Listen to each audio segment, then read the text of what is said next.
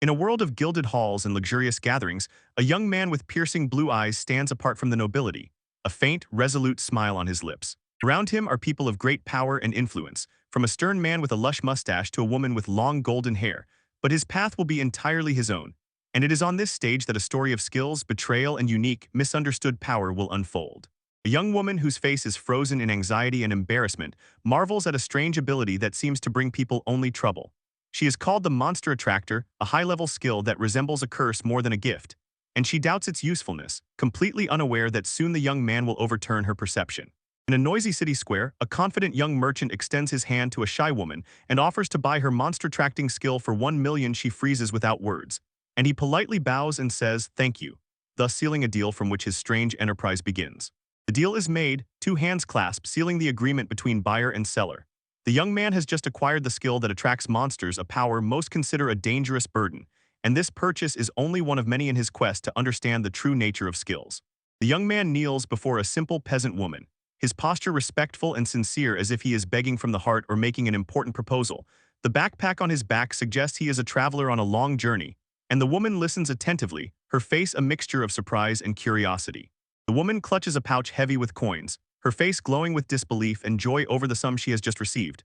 The young man who paid her looks calm and satisfied and says it would be good to also value her skill in the church, giving a timely piece of advice along with the payment.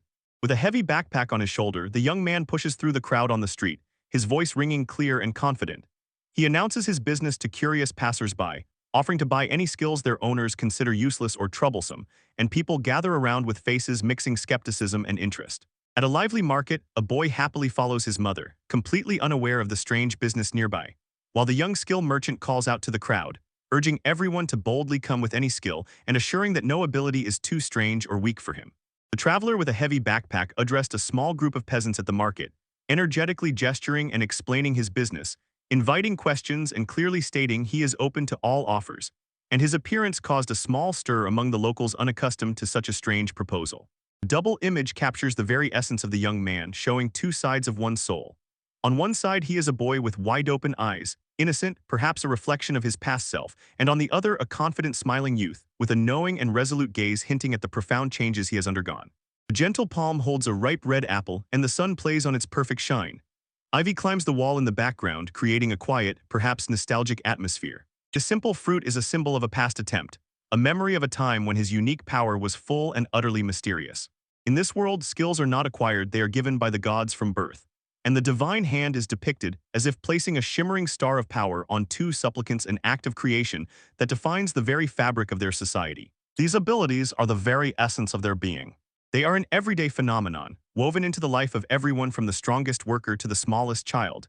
In a peaceful village, people go about their business, their innate abilities guiding work and relationships, and this order of divine gifts is the unshakable foundation of their reality.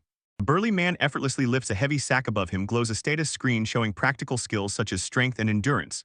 Nearby walk a mother and her small son, and their abilities like agility and stealth float beside them in the air. In this world, people's talents are displayed openly and visible to all. From afar, a woman proudly points to her son to her neighbor, boasting of his impressive skills, a loud voice, and sword mastery, while two women by the well listen, their conversation typical of parents comparing the gifts God has bestowed upon their children. A young boy with dark, spiky hair and a firm jaw clenched struggles tensely to lift a wooden bucket from the well.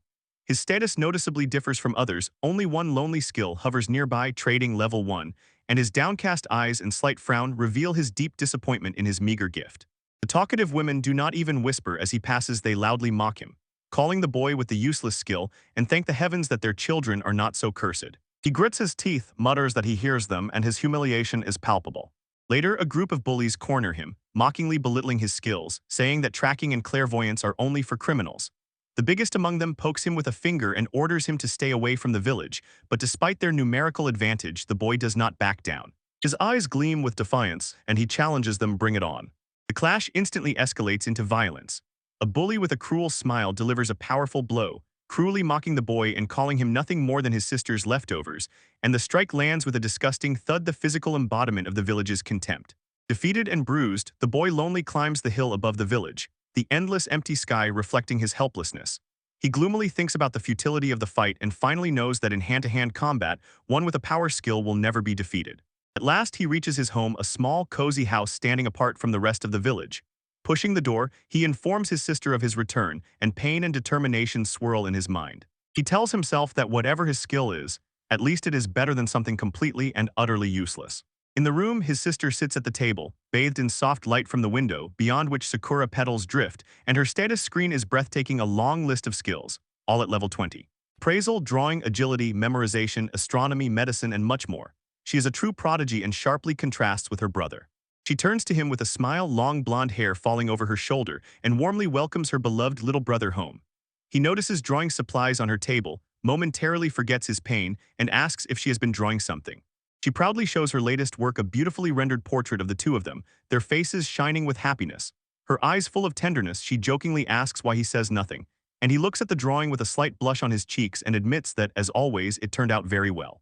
A moment of happiness fades when she notices fresh cuts on his face. He looks away, sullen, and admits that the hooligans called him her remnants again. The smile disappears, replaced by cold rage. She calls them cruel for hurting her beloved brother. He bowed his head in shame and said pitifully that he had only one skill, which was useless, while she had as many as 10 brilliant talents. He repeated the peasant's thought that a person of her caliber had no reason to stay in such a place, which only deepened his sense of worthlessness. A memory surfaced of the day his fate was decided. He recalled how the local appraiser looked at the results, completely confused that man had never even heard of a skill called trading, and it left the boy puzzled and uncertain about the future. An official document confirmed it. He had only one skill, trading. Even in childhood, he desperately tried to activate it, even attempted to sell a simple apple, but the skill remained silent. Realizing that his only gift was a mystery he could not solve was a devastating blow to him. He remembered returning home to his parents with a face mask of gloom and saying that his skill had failed again. The parents stood in the background, their disappointment palpable, the mother sighed heavily, and their lack of support only deepened his despair. The memory was painful. The parents considered him a complete disappointment, his skill utterly useless. They had hoped so much that he would become a genius like his sister, and they simply could not accept his failure. He remembered how his sister tried to intervene. Her face shining with hope, she reminded the parents of the money they had collected from her drawings, and suggested that with it the whole family could buy a nice house in the capital and move out of the village. But there was no place for him in the parents' plans. When they coldly rejected him, the sister instantly hugged him protectively and resolutely declared that she would stay in the village. She chose her little brother over a luxurious life with them. The parents coldly told her to move in with them, saying there was no point in worrying about her useless, talentless brother. Overwhelmed with guilt and pain, the boy tried to push his sister away, insisting there was no value in staying with him. She held him even tighter, her voice was quiet but unwavering, and her eyes were filled with pure, unconditional love. She asked a question that silenced all his doubts. What could be more precious than living with your beloved little brother? Returning to the present, a year has passed since their parents left them. He clenches his fist, bruises on his face, a painful, fresh reminder of his struggle. And despite everything, despite all the time passed, his trading skill has never worked even once. He again hears in his memory the gentle encouragement of his sister when she once healed his wounds. She advised not to rush, to try different ways, but always to avoid those that lead to fighting. She carefully applies a special ointment to his cheek, which she prepared herself with her high skill in pharmacy. Her touch is gentle, and all her attention is on healing the wounds he received while defending her honor. He looks at her with deep envy and admiration in his eyes, half-jokingly says that she could simply give him one of her skills, dreaming that it would be possible to share her incredible gifts. A gray-haired old man from the village appeared at their door and called the sister by name. He says he is counting again on her ability to appraise. She gets up to help, and the brother, with a hint of irritation, asks if she is really going to appraise things for the villagers again. He cannot hide his irritation. He grumbles that those people constantly use asking again and again for help with appraisals, but never giving anything in return, trampling on her kindness just because she has skills. Feeling his sadness, she silently pressed him tightly to herself in soothing embraces, laid her head on his shoulder, and silently asked him not to make such a sad face. Her actions spoke louder than any words. She steps back, looks him in the eyes, and in her face is tenderness and reassurance. She promises him that she will never leave him, no matter what happens. She resolutely says that even if their parents and the whole village curse him and call him useless, she will always believe that his skills have value. Her words are a balm for his wounded soul. He thinks that only his kind-hearted sister in the whole world is ready to be by his side, and embarrassed by her affection, he says to her, "Don't stroke my head so often," although his heart is full. She adjusts her dress and is about to leave, says that today she might be a little lateth relative of the village head has arrived. And with the last take care, she goes out the door, leaving him alone in the house. He watches her from the window, waves and happily jumps. A sincere smile blooms on his face as he jokingly says, Well, go already faster, and this brief moment of peace becomes a precious memory. When the sister was not there in the evening, he decided to tidy up the house, and looking around the living room, noticed piles of books and art supplies as proof of her many hobbies. He quietly laughed and started cleaning, thinking that despite all her incredible talents, cleaning is what his sister is really terrible at. His gaze stopped at her cluttered desk, where proudly stands a portrait she painted of the two of them. He picks up the drawing, and his face softened admires the skill and love put into it, and whispers to himself that it is truly a beautiful drawing, a small perfect moment preserved on paper. Later, night falls over the village. A small house on the hill sinks into shadow, the only light is the moon and the star-studded sky, and over the landscape descends a quiet, silent calm. The boy stirred, his eyes fluttered open. He found himself on the sofa, cleaning supplies neatly laid out nearby. And blushing with shame, he realizes that he probably fell asleep while working. He gets up, notices the darkness outside the window and the strange silence in the house. His sister is still not there. A pang of anxiety grips his chest, and deciding to go after her, he grabs a small flashlight to light the way. He steps out through the front door into the cool night air and freezes in place. His eyes widen with shock and disbelief as a scene unfolds down in the valley. The quiet night is shattered by a dreadful orange light. The entire village is ablaze, thick columns of black smoke choke the starry sky, and the crackling of fire ominously echoes in the distance. From the hill he clearly sees the destruction. Every house is on fire, the place he once called home has turned into a burning hell. He stands frozen, the flashlight trembling in his hand, his mind unable to comprehend the horror before him. The village is burning and his sister is somewhere inside this fiery nightmare. Panic finally breaks through his shock. He screams his sister's name, his voice trembling with terror, and rushes down the slope toward the burning village, with only one thought in his mind: to find her. When he enters the village, the path is strewn with lifeless bodies of villagers, and the surrounding fires cast flickering, grotesque shadows on their faces.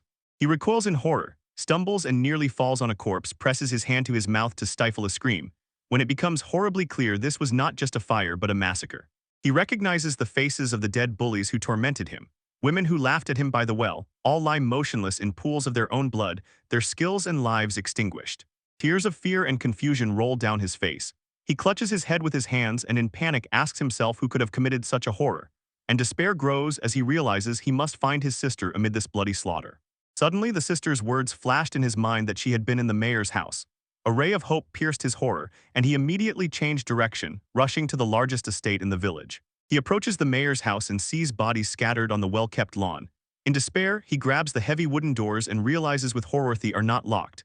With trembling hands, he pushes and opens them. What greeted him was a real massacre. The luxurious foyer was soaked in blood, the bodies of the mayor's family and workers piled near the entrance. He takes a hesitant step inside. Eyes wide open with horror, the cruelty here is overwhelming, and a wave of nausea washes over him as he surveys this gruesome scene. His gaze rises up the grand staircase. They are also slippery with blood and strewn with corpses, and the horrific scene stretches further into the dark corners of the estate. He whispers what a horror this Ishi's voice barely trembles. Suddenly, from the top of the stairs comes a suffering voice begging someone to stop and asking what they think they are doing. The boy's heart leaps into his throat, recognizes the voice. It is the mayor, and a desperate thought flashes in him. If the mayor is still alive, he might know where his sister is. He cautiously begins to climb the stairs, peering over the blood-covered railing. He sees the mayor on his knees, begging for his life and demanding to know why this is happening. When he finally got a clear view, before him stood a figure over a mare, back turned to him, and the long blonde hair was unmistakable. He shouted his sister's name, his voice breaking from a mix of relief and growing horror. He froze on the stairs, his mind seeming to shut down, forcing himself not to look at the bloody slaughter around and to see only his sister, whispering to himself that as long as she is alive nothing else matters. Not the parents who abandoned him, not the villagers who cursed him, and not even his futile skill. In a last desperate plea, the mayor offers the attacker the entire village just to spare his life. He is ready to give everything. The boy hears his sister's voice, but it is cold, alienated, and completely foreign. She says she does not need the village, which is already destroyed, and in a moment a stream of blood gushes forth, has silenced the mayor forever. He just stands stunned and silently watches as the mayor's headless body falls to the floor. His sister turns around, her beautiful dress stained with blood, and a calm, friendly smile plays on her face. With outstretched arms, she greets her beloved little brother as if nothing happened. The camera focuses on her feet standing in a fresh, spreading puddle of crimson blood. The sharp contrast between her delicate shoes and the horrific scene emphasizes the nightmare he has just stepped into. He stammers, his voice trembling, "What is happening? Why is everyone dead?" And he cannot reconcile in his mind the gentle, loving girl he knows with the killer standing before him. She says with a calm smile that she miscalculated. It turned out the mayor's relative had a high-level appraisal skill and revealed her hidden ability looting, and her cheerful tone makes this confession even more monstrous. She leaned so close that her face was just a few centimeters from his, and continued explaining. All this time she had been hiding her true nature, using disguise and acting skills. The boy whispered the word plundering, his head spinning.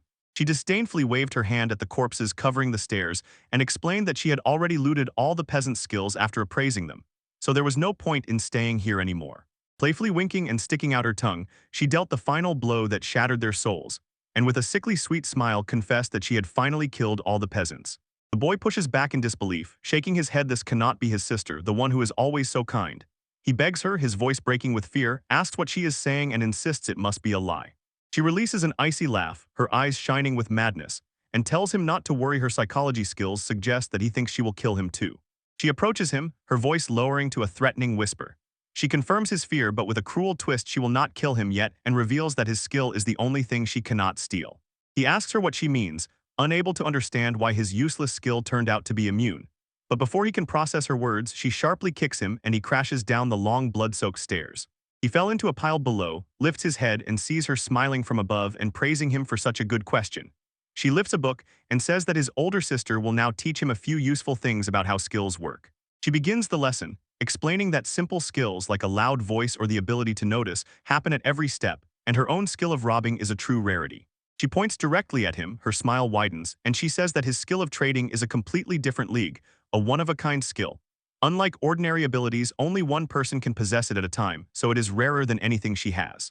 She mockingly notes that he still has no idea how to use his power and what it even does, and he can only stare back, muttering just a skill, feeling the weight of this new information crashing down on him. She leaned in and whispered her terrifying plans to him. She will travel the world, raise her robbery level, and next time they meet, her skill will be strong enough to steal him. She aims at him with her finger like a gun, and her eyes blaze with terrible ambition. She says she will first steal his skill, then kill him, and until that day commands him to hone his unique talent. He jumps to his feet, pleading with his sister to wait and desperately insists that this must be a lie. But she is already gone with one leap lightning fast, and with the magic of the wind, she vanished into the night. With a powerful gust of wind, she disappears from the hilltop, leaving behind only a few swirling leaves.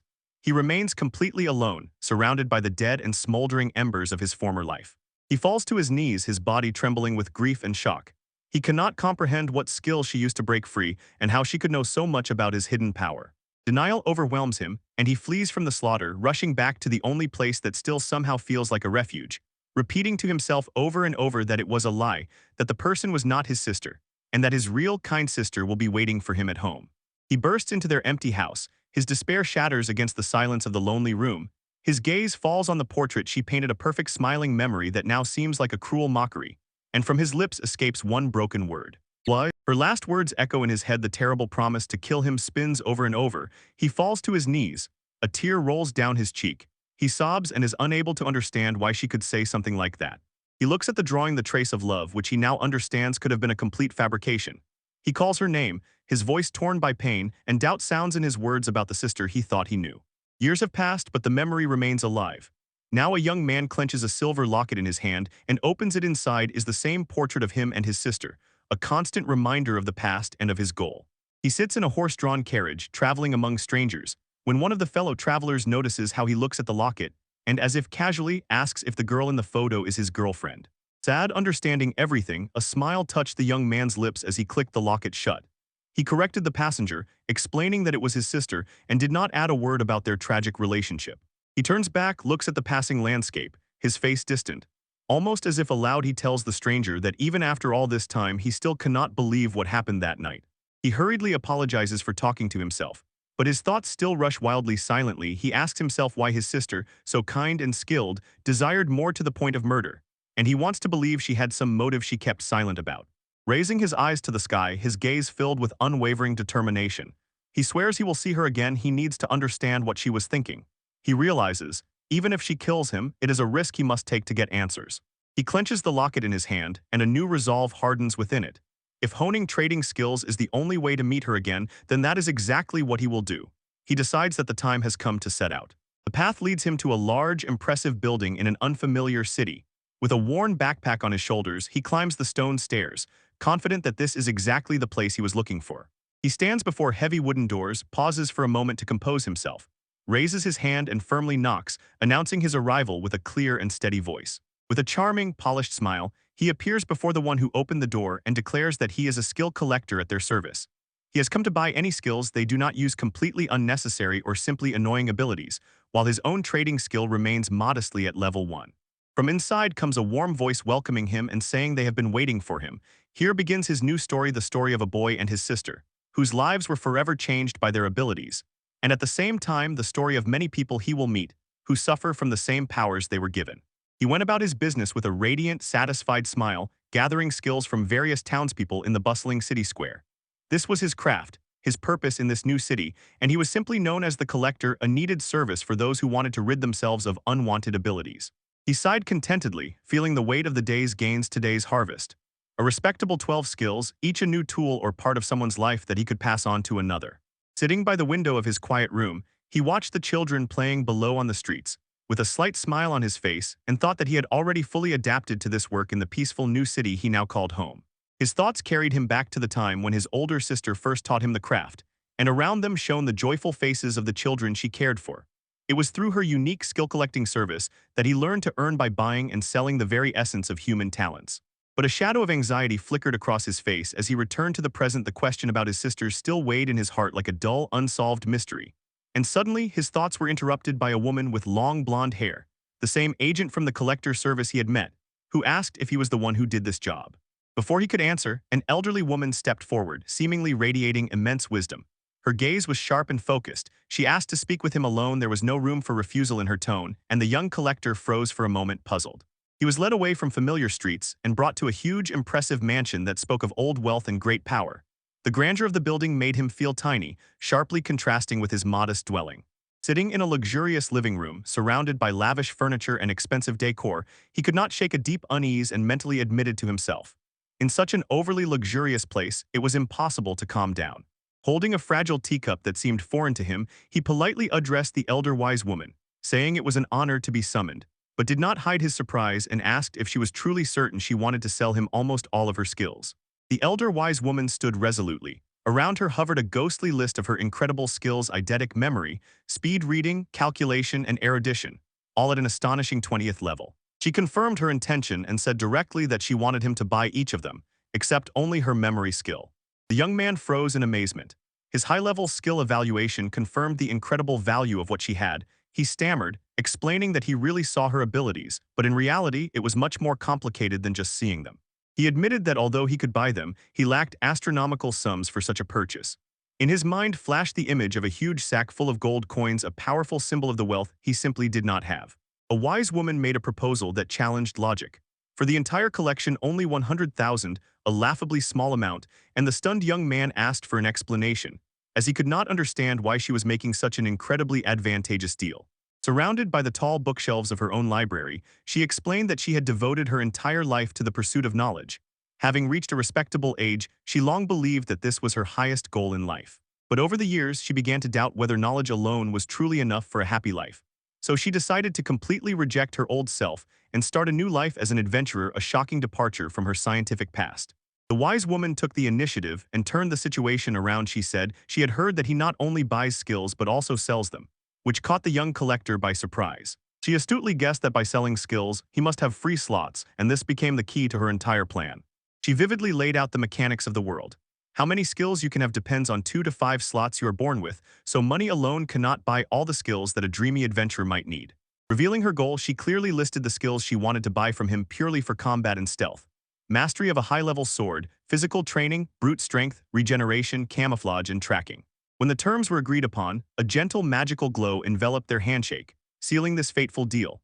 The collector himself confirmed with his skill of evaluation that the transfer was complete, a vast treasury of scientific knowledge exchanged for the raw potential of a traveler.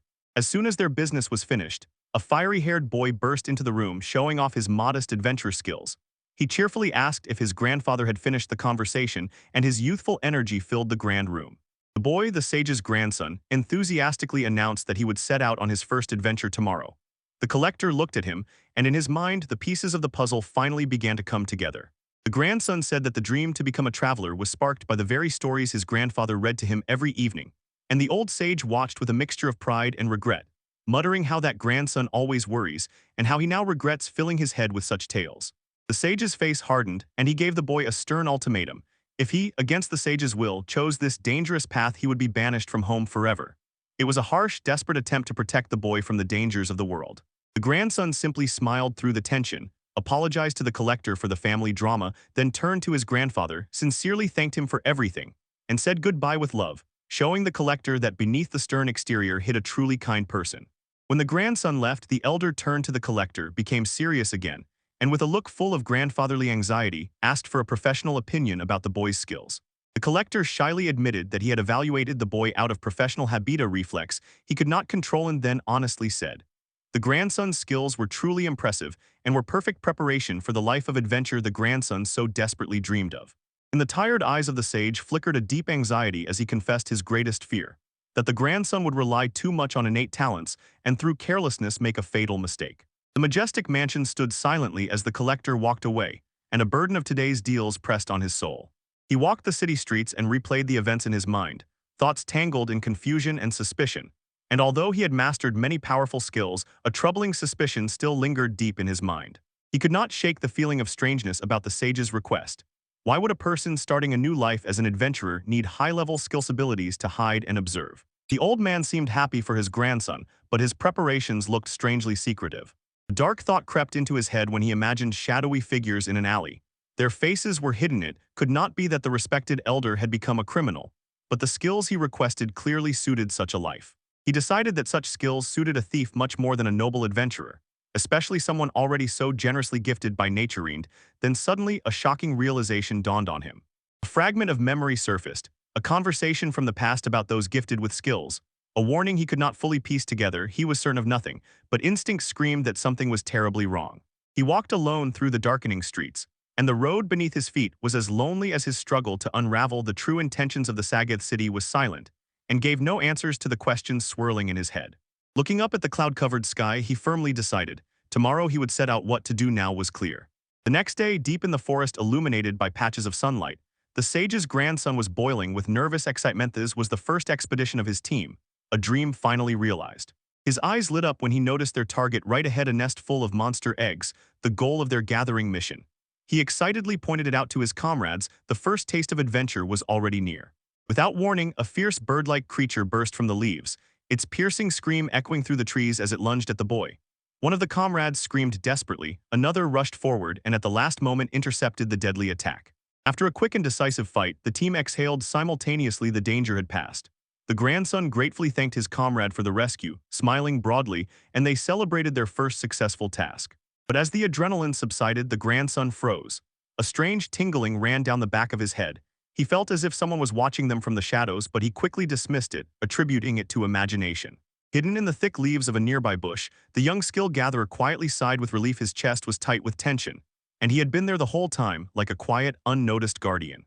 He pushed aside a branch and stepped out of hiding, his boots softly crunching on the forest floor. His eyes instantly fell on another hidden figure in the forest, an old sage who was also observing, and the collector calmly asked the elder how his grandson had performed, with his status showing. Level 7, Camouflage and Tracking. The sage was completely stunned. His face turned pale with shock, and a drop of sweat ran down a furrow on his wrinkled temple. He had been so sure that his presence was completely unnoticed. A knowing smile appeared on the collector's lips as he explained his appearance. He said he would be deeply troubled if the skills he sold were abused. The stunned sage could only ask why he was here and why he had followed them. The collector revealed his secret. He had used only 7 levels of the purchase skills, kept 23 in reserve, and could even partially transfer skill levels, something the sage had never suspected, and this explained why he so easily sensed the old man's presence. The source of this incredible power was a unique skill control, which glowed brightly on his status panel. This skill was the foundation of everything he did, a powerful tool that made him unlike the others. He enthusiastically told about its incredible benefit. It allowed adjusting skill levels during the deal, hiding abilities outside his limited slots, and carrying far more skills than a person could endure. The sage, finally feeling the full depth of the collector's power, asked if he intended to continue watching over his grandson, and the collector quietly confirmed, yes, as long as the body endures. The old man considered such devotion overly protective, but the collector's gaze was unwavering. He declared that he would watch the boy every day, then turned the question to the sage and asked why he himself would go to such extremes. A deep sorrow covered the elder's face, An eternity of repentance lived in his eyes, and he admitted that this was his atonement, his way to redeem past mistakes before the family. His story began decades ago, when he was so absorbed in his skills and thirst for knowledge that he paid no attention to his relatives. In his youth, he was a wonderkind, his mind like a fortress of the highest intellectual abilities, but even that was never enough. He relentlessly chased new knowledge because he deeply believed he deserved to have everything. His obsession knew no bounds. At night, he left home in search of more books and more information to absorb. He returned home to a family that felt more like strangers. Their greetings and tenderness could not break through the fortress of his scientific ambitions. For many years, his family was just a background to him, a formality alongside his true passion. And he was so detached that he barely noticed the news about his own daughter's upcoming wedding. He confessed with deep shame that he was indifferent to his wife, and to his daughter's new family, his only goal was to read every book in all neighboring countries. Life dissolved into a blurred sea of turned pages, library after library, and his gift of skills turned into his own curse of loneliness. He had read almost everything he could, and only then stopped. Suddenly he was overwhelmed by the empty horror of life's meaning. He looked at the mountain of knowledge he had gathered and asked himself what it was all for, while on the table lay unread letters from relatives, abandoned and ignored. A stunning realization struck him like a physical blow. Knowledge not for oneself but to share and help someone dear. He was gripped by panic. He rushed home as if a burning desire to return was devouring him. But when he arrived, instead of joy, he was met by his sick daughter. She looked at him with tired, embittered eyes. Her voice was weak when she asked why he decided to return only now, after so many years had passed. At first, she told with pain in her voice about the tragedy that befell them during his absence. The epidemic took the lives of her mother and husband, leaving only her and the infant alive. She bitterly added that he probably did not even care. Crushed by the weight of his own negligence, the wise man fell to his knees and begged for forgiveness he knew he did not deserve. The daughter simply stood and watched, her face expressionless. Tears of unbearable guilt ran down his face as he realized the full scale of his failure. And the daughter dealt the final blow by saying that she too had little time. On her deathbed, she gave him one last chance for atonement. She said that if he truly wanted to atone, he must dedicate his life to her Sanhai's grandson, and he could only cry, calling himself a foolish father. The painful memory ended with him holding the hand of his tiny grandson and swearing to protect him. And to the collector, he explained that shortly after this, his daughter died, leaving in him a regret that would never fade. From that day, he devoted himself entirely to raising the boy, filling his life with the love and attention he had not previously given his daughter. He told the collector that he would gladly sell all the skills he had once acquired, because now he needed only one thing. The ability to preserve memories of family. It was the only thing that truly mattered. Grasping his heart, he firmly said that the memory of skills was all he needed to keep the face and precious moments spent with loved ones. In the collector's mind, the image of his sister and the children she cared for suddenly flashed, and a deep realization came over him. He knew all too well that there are memories and people he could never forget. Suddenly he had an idea. He told the old man that he had a special spare skill which he had reserved and asked if he had a free slot. The hint was simple. This could become the key to his trouble. Interested, the sage listened as the collector described a unique and expensive skill that would allow him to take care of his grandson for his entire life. The collector warned coldly. The skill was of such a high level, so powerful that the sage would have to give all his wealth for it. But the collector already knew the old man's answer before he uttered a word, and a barely noticeable, knowing smile played on his lips. The sage met his gaze with unwavering determination. His choice had already been made. And with this, they made a second, even deeper agreement. A quiet understanding flashed between the two men under the forest canopy. In the city, a group of adventurous grandchildren noisily chatted about a possible newcomer who wanted to join their ranks, while nearby the skill collector calmly flipped through a newspaper, pretending to be indifferent. The grandson suddenly pointed to the street and cheerfully exclaimed that the newcomer had arrived. A young man with familiar silver hair approached the group, politely apologized for being late, introduced himself as Lu, and assured that he would not be any trouble. The grandson warmly welcomed him and jokingly said that, although he was young, he sounded just like his old grandfather. The collector looked up from the paper, a sly smile appearing on his face as he read about a rare elven skill called Youthful Mask. He thought to himself that the elder sage fit perfectly into their group. The note explained that at skill level 50, it could make the user appear 50 years younger. But it was only an illusion. The old sage did not restore his bodily youth, only his appearance, all to stay close to his grandson. The collector watched as the sage in the young form of Lu laughed with the grandson, and genuine warmth prevailed between them. And satisfaction spread within him because he knew the old man had found the perfect skill for his needs. A sincere smile blossomed on the collector's face. He truly rejoiced for them, seeing how the broken family found a new, albeit unusual, way to be together. Later, making his way through the crowded city streets, he mentally promised to replenish the skill mask of youth. Suddenly, he was torn from his thoughts. A small noise arose, and a fragile girl stumbled and loudly fell onto the cobblestones, scattering a basket of flowers all over the road. He rushed to her and without thinking asked if she was all right. He lowered his gaze to her face and noticed large, sad eyes and dirt rubbed into her cheek. She weakly coughed into her palm, whispered a quiet apology, and thanked him for his care while he helped her to stand. Her gaze fell on the scattered and crushed flowers. Her shoulders slumped in despair. She whispered with sorrow that she had to sell them, and the collector quietly told her not to worry. She raised her eyes to him, embarrassed by his calmness, insisted that the flowers were ruined, and he simply knelt down and assured her that they could still be sold. With a kind, soothing smile that for a moment chased the sadness from her eyes, he unexpectedly offered he would like to buy all her flowers. The girl's eyes widened in complete disbelief. A slight blush appeared on her cheeks as she held in her hands a bouquet of all her flowers saved from destruction, thanks to the generosity of this kind stranger. The girl selling flowers by the cobbled street could not believe her ears. A friendly-looking young man, a traveler judging by his backpack, offered to buy all her flowers. Warmly and reassuringly smiling, he confirmed his intentions, and her face instantly lit up with shock and uncontrollable joy. She stammered a sincere thank you and immediately began hurriedly packing the bouquets for her unexpected benefactor. When she pressed the flowers to her chest, a silent, invisible status revealed the bitter truth of her miserable life. She bore 3 exhausting negative skills: misfortune, illness, and weak health, a curse that explained her fragile appearance and despair in her eyes. The traveler, known only as the collector, quietly watched her. His unique ability revealed these hidden traits. And although in his line of work he had seen many skills, he mentally decided that a person with such a purely unfortunate combination was incredibly rare. His thoughts turned to business rules. Even the most undesirable dark skills can come in handy in the right hands. He made it his business to collect such things for his collector's service. And the girl's misfortune turned out to be a perfect, albeit grim, opportunity. Tears welled up in the girl's eyes as she explained that this one act of kindness meant that her younger brother and sister would finally have something to eat today. And the collector looked more closely, noticed dark circles under her eyes, and gently asked if she had managed to sleep at all. His heart clenched with a sudden sharp pang of compassion as he recalled his past hardships, and how his sister painted pictures late into the night so they could somehow get by. Looking at her meager state, he realized he could not accept the huge profit he had just gained from their previous deal. He stepped forward with a thick stack of banknotes, explaining to the embarrassed girl that he had recently received a large sum of money and simply could not help but share his luck with her. And her eyes widened at the sight of more money than she had probably ever held in her hands. When he pressed the banknotes into her palm, for a moment they were enveloped in soft light, like a sign that this was something more than a simple purchase. The deal was sealed, and the young flower seller was left speechless and confused by the sudden turn of events. He told her to consider this money a talisman of luck, a small push for her future business affairs, and she, overwhelmed with gratitude, tried again to thank him.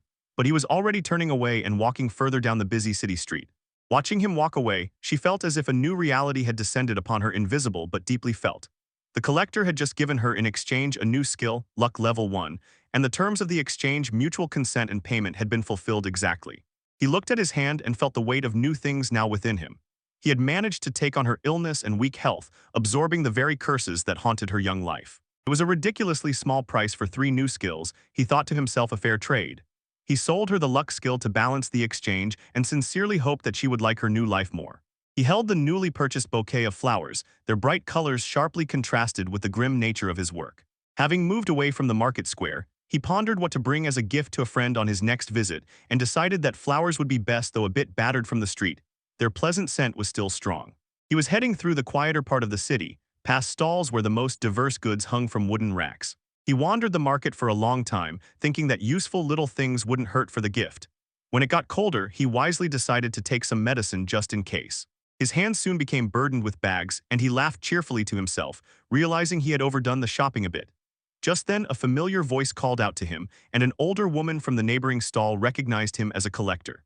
Her face shone with gratitude as she thanked him for the recent deal, and reminded him that he had bought from her the skill of attracting monsters, a burden that clearly relieved her. She enthusiastically told how after their deal her life had turned upside down.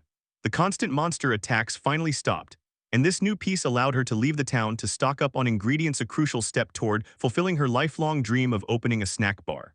She proudly and joyfully pointed to a beautiful 2-story house nearby on the street, and declared that her new hotel with a snack bar would soon open on the first floor of that very building. She almost cried with emotion, thanking the collector again and again, attributing all her success to him, while he just watched, happy to have helped, as she was already talking about her next challenge, funding staff for the new establishment. In a burst of inspiration, she shoved a flyer for staff recruitment into his hands and winked, saying that he would be quite charming in a waiter's apron.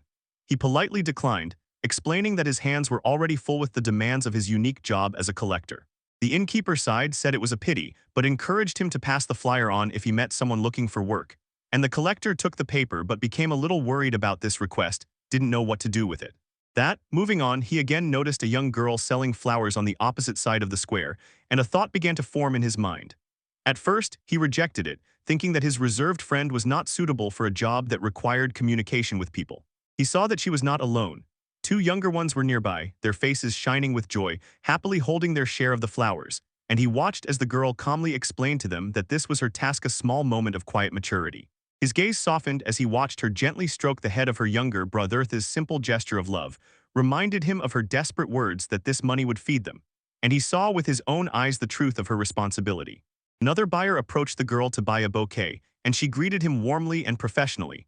Noticing the collector nearby, she smiled brightly, then turned to her brothers and sisters and reminded them to be careful with the flowers. The collector, surprised that she remembered him so clearly, asked directly, and she responded with a radiant smile. "Of course I remember," and added that she was very glad he liked her flowers. He watched admiringly as she skillfully conducted the sale, twirled the postcard in his hands, and thought about her, noticing how diligent she was and naturally good with clients, perfect for working in a snack bar. Finally, he decided to act. He stepped forward and shouted to get her attention. He hesitated only a moment, hoping he was making the right choice. He handed her the postcard and explained that it was a side job that had just appeared, and the girl took the paper. Her eyes widened in surprise as she read what was written. Her surprise instantly turned into pure, uncontrollable delight. She exclaimed that she would gladly take the job and confessed that she had just been desperately looking for work. She explained with a look full of wonder that her terrible asthma had miraculously recently disappeared. She attributed it to the misfortune, which she somewhat mistakenly recalled he had sold her. But the result was undeniable. Her status now had an active luck skill. She added that she did not understand how, but she would no longer be so clumsy. She would not fall or bump into things as often as before. The collector listened and realized how much his skill exchange could truly change someone's life. Seeing that the matter was settled, he said it was time to head to Sunset. He still had a friend to visit. Frightened by his sudden departure, the girl quickly asked his name. She wanted to truly know the one who had bought her flowers and found her a job in one day. He smiled mysteriously and gave not a name, but a title, a simple traveling merchant known to the world as the collector. She watched as his figure disappeared down the street, clutching the valuable job posting and her basket of flowers, and the young girl was left wondering if their paths would cross again with that mysterious collector. The scene changes abruptly. The warm city remains behind, ahead the biting cold of distant mountains. The peaks are covered with a thick blanket of pristine white snow, a sign that the road was long. Looking closely, you see a forest of bare trees, branches burdened with ice and snow under a pale winter sky. The air here is thin and icy. This is a place of deep solitude. The collector finally reached his goal, a small lonely log cabin, hidden deep in the relentless wilderness. He noticed that the path was difficult, even despite his specialized equipment, and shouted a familiar greeting to the cabin's inhabitant. From the side of the cabin, a figure is visible in motion with a heavy axe. He brings it down with incredible force. The log beneath instantly splits in half, and the pure strength of the man is revealed in all its glory. The camera focuses on bare feet pressing into the icy snow, calloused and strong. This small detail says more about their incredible endurance and ability to adapt to this harsh land. The figure turned, and a man with long, wild black hair and a sturdy build stood. He greeted the collector in response, noticed the bouquet, and immediately teased his friend. "Is this for a woman?" The man jokingly grabs the collector's hand and shouts for him not to get into criminal trouble over some woman. The collector, completely calm, simply says that the one the gift is intended for is actually a girl. The playfulness disappeared from his face, replaced by serious hope. He asks the collector if he might trouble him as always, adding that he feels this time perhaps it will finally work. A slight smile touched the collector's lips as he confirmed that this was exactly why he set out on the long journey. The gift was just a pleasant bonus, and he thought to himself that this hardened man was one of the few he truly considered a friend. They stand together in a quiet, snowy clearing in front of the lonely cabin.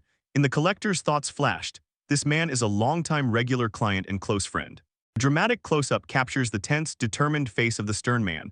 The narrative ends with a stunning revelation. Despite his obvious and immense physical strength, the world has slapped on him a cruel and contemptuous label: unskilled. The collector confirmed that this longtime regular client was indeed the reason for the visit to that remote snowy cabin. The man, hardened by time and elements, sat on a simple stump, his gaze full of expectation, and asked the collector for the usual favor, a request that had already become a familiar, sad ritual between them. The collector sighed heavily and agreed. In his friend's eyes still burned a desperate hope that would not fade. The man, all scarred and wrapped in simple skins, briefly ordered, "Go and use your skill." A weary submission fell upon the collector. He was preparing to carry out the inevitable, heart-wrenching task. The old man closed his eyes, his whole body tensed in anticipation as he ordered the collector to activate the appraisal skill, sat motionless, and awaited the verdict he had chased for decades, a verdict which he desperately hoped would one day change. The air froze, the silence broken only by the soft crunch of snow underfoot. But the expression on the collector's face revealed the result before the first word. His face was a mask of quiet sorrow. The man's shoulders dropped. He immediately understood everything, and apologizing for making his friend go through this, smiled sadly. With a sad smile, he noticed that the collector's face had said it all. The answer was the same as always. Trying to lighten the heavy atmosphere, the man pointed to the hut and explained that he had recently taken up art, confessed that he carved small figures, and offered one to the collector as a gift, a small, cruelly carved wooden bear, a simple symbol of their long and unusual friendship. When the collector took that small figure, the man reminded him of the truth he had once told, the reason for his lifelong struggle. He was one of those who had no skills, born with a defect, 1 in 1,000, which meant he could never awaken any ability, and this cruel fate became the foundation of his tireless and perhaps hopeless search. The man looked at him with deep understanding and knew the collector would not be able to sell him any skill, not for lack of effort or kindness on his part, but because he would never be able to awaken any ability on his own. The collector's silence confirmed the harsh truth. He had no skill slots. All his enormous efforts, decades of exhausting training, and unwavering faith proved futile. Every sword swing, every monster killed could never fill the fundamental gap he was born with. Yet despite this stunning revelation, an undying spark burned in the man's eyes. He declared with full confidence that he would not give up, that despite everything he would fight to awaken his skill. His spirit was unshakable, proof of a will forged in the strongest adversity. The collector saw that the fire in the man had not died out at all. He still had the same burning, determined eyes as on the day of their first meeting many years ago, a look of pure, primal defiance against the fate assigned to him from birth. The memory of that first meeting flared in the collector's mind. He again saw the noisy street of the town where a young, determined boy shouted to him, asking if he would buy some of his useless skills. The boy's despair was palpable. He was chasing after the famous skill collector. The collector turned, surprised that a simple child had addressed him. The boy begged him, was he really going to throw away skills he did not need, and if so, would he give them to him? The collector was puzzled by this strange request. Why did the child so desperately want to collect skills? When the collector scanned the boy with his appraisal, he encountered a shocking truth. There were no skill slots where potential should have shown. There was complete emptiness. For the first time in his life, he met a person naturally incapable of receiving abilities. A memory-shifted scenes appeared before his eyes where the boy was mercilessly mocked by his peers. They laughed at him, called him incapable, and told him to stay away from the city, mocking his arrogance even though he was born completely without abilities. But the boy refused to accept their verdict and, flaring up, shouted that it was possible. Fiercely denied that he was talentless, saying he just hadn't awakened his abilities yet, swore he would acquire them through hard work and prove it to everyone by locking himself in the mountains for training. He returned to the collector, the silent witness of his humiliation, and swore that he would gain skill, telling him only, "Just watch." Then the boy turned and ran into the deserted mountains with nothing but his own determination, and the collector was filled with deep regret as he watched the small figure disappear into the distance. Thus began the lonely trial of the boy. A life devoted to one seemingly impossible goal, swung a simple wooden stick 100 times a day, then even more, exhausting his body to the limit, clinging to the desperate belief that if he worked hard enough he could make skill appear. Turning back to the present, the collector held a lantern, its flickering light illuminating his troubled face, and he wondered if only hard work could truly overcome such a fundamental flaw. The boy's unwavering hope sharply contrasted with the cold, harsh facts of the world. The collector thought about his goal. Trading, he gathered abandoned skills, management, evaluation, psychology, and the ability to speak. All this was for the sake of one day meeting his older sister. He became a vessel for countless abilities, a repository of forgotten potential. Over the years he had mastered so many skills and even possessed the incredible power of eternal youth. Looking at the starry sky, it suddenly occurred to him. In his long life and constant pursuit of a single goal, had he not forgotten the very spark that drove those like that boy? Now he understood that the spirit that could have been lost in him over the years was what needed to be restored. A determination to act had matured within him, but he knew that intervening was the risk of his job and the chance to get involved in a hopeless cause. But he felt that he had to meet that boy at least one more time, could no longer stand aside and watch from afar this incredible display of human will. The boy's struggle resonated deeply within him, and he felt the need to be part of it, even if only as a witness. Decisively and sharply, the collector began shedding his abilities. He pulled skills from slots one by one, leaving only what was truly necessary for survival and mission completion, and powers like presence detection, psychology, and speech he simply discarded.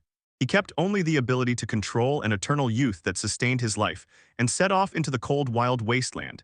He found the boy deep in the mountains and called him, saying he was the same gatherer from that day. He apologized for seeking him out, explaining that he was worried. The boy immediately took a stand and shouted for him to go away if he had only come to mock his training. The collector, now without speech skills, felt his words come out awkwardly, could not clearly express his intentions. The boy became increasingly disappointed and bitterly pointed out the cruel irony of his situation.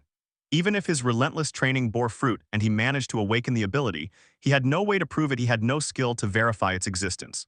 This gave the collector the perfect excuse to offer help, but without pity. He told the boy that he could conduct an evaluation for him free of charge whenever he wished, a simple offer, a small kindness that would forever change both their lives. And so their strange relationship began. The collector started regularly visiting the secluded house in the snowy mountains, and the boy, who was once hostile, now met him with mild surprise and said he was a weirdo because he really had returned. The collector brought supplies, paper, and tools and watched as the boy, now a young man, continued his exhausting training. He sat with him, repeatedly applying his skill of evaluation, each time getting the same result but still returned, bringing a bit of comfort and companionship to the lonely wilderness. The scene returns to the present 50 years after their first meeting. The man, now old and gray, lies in bed, ill, and the eternally young collector cares for him.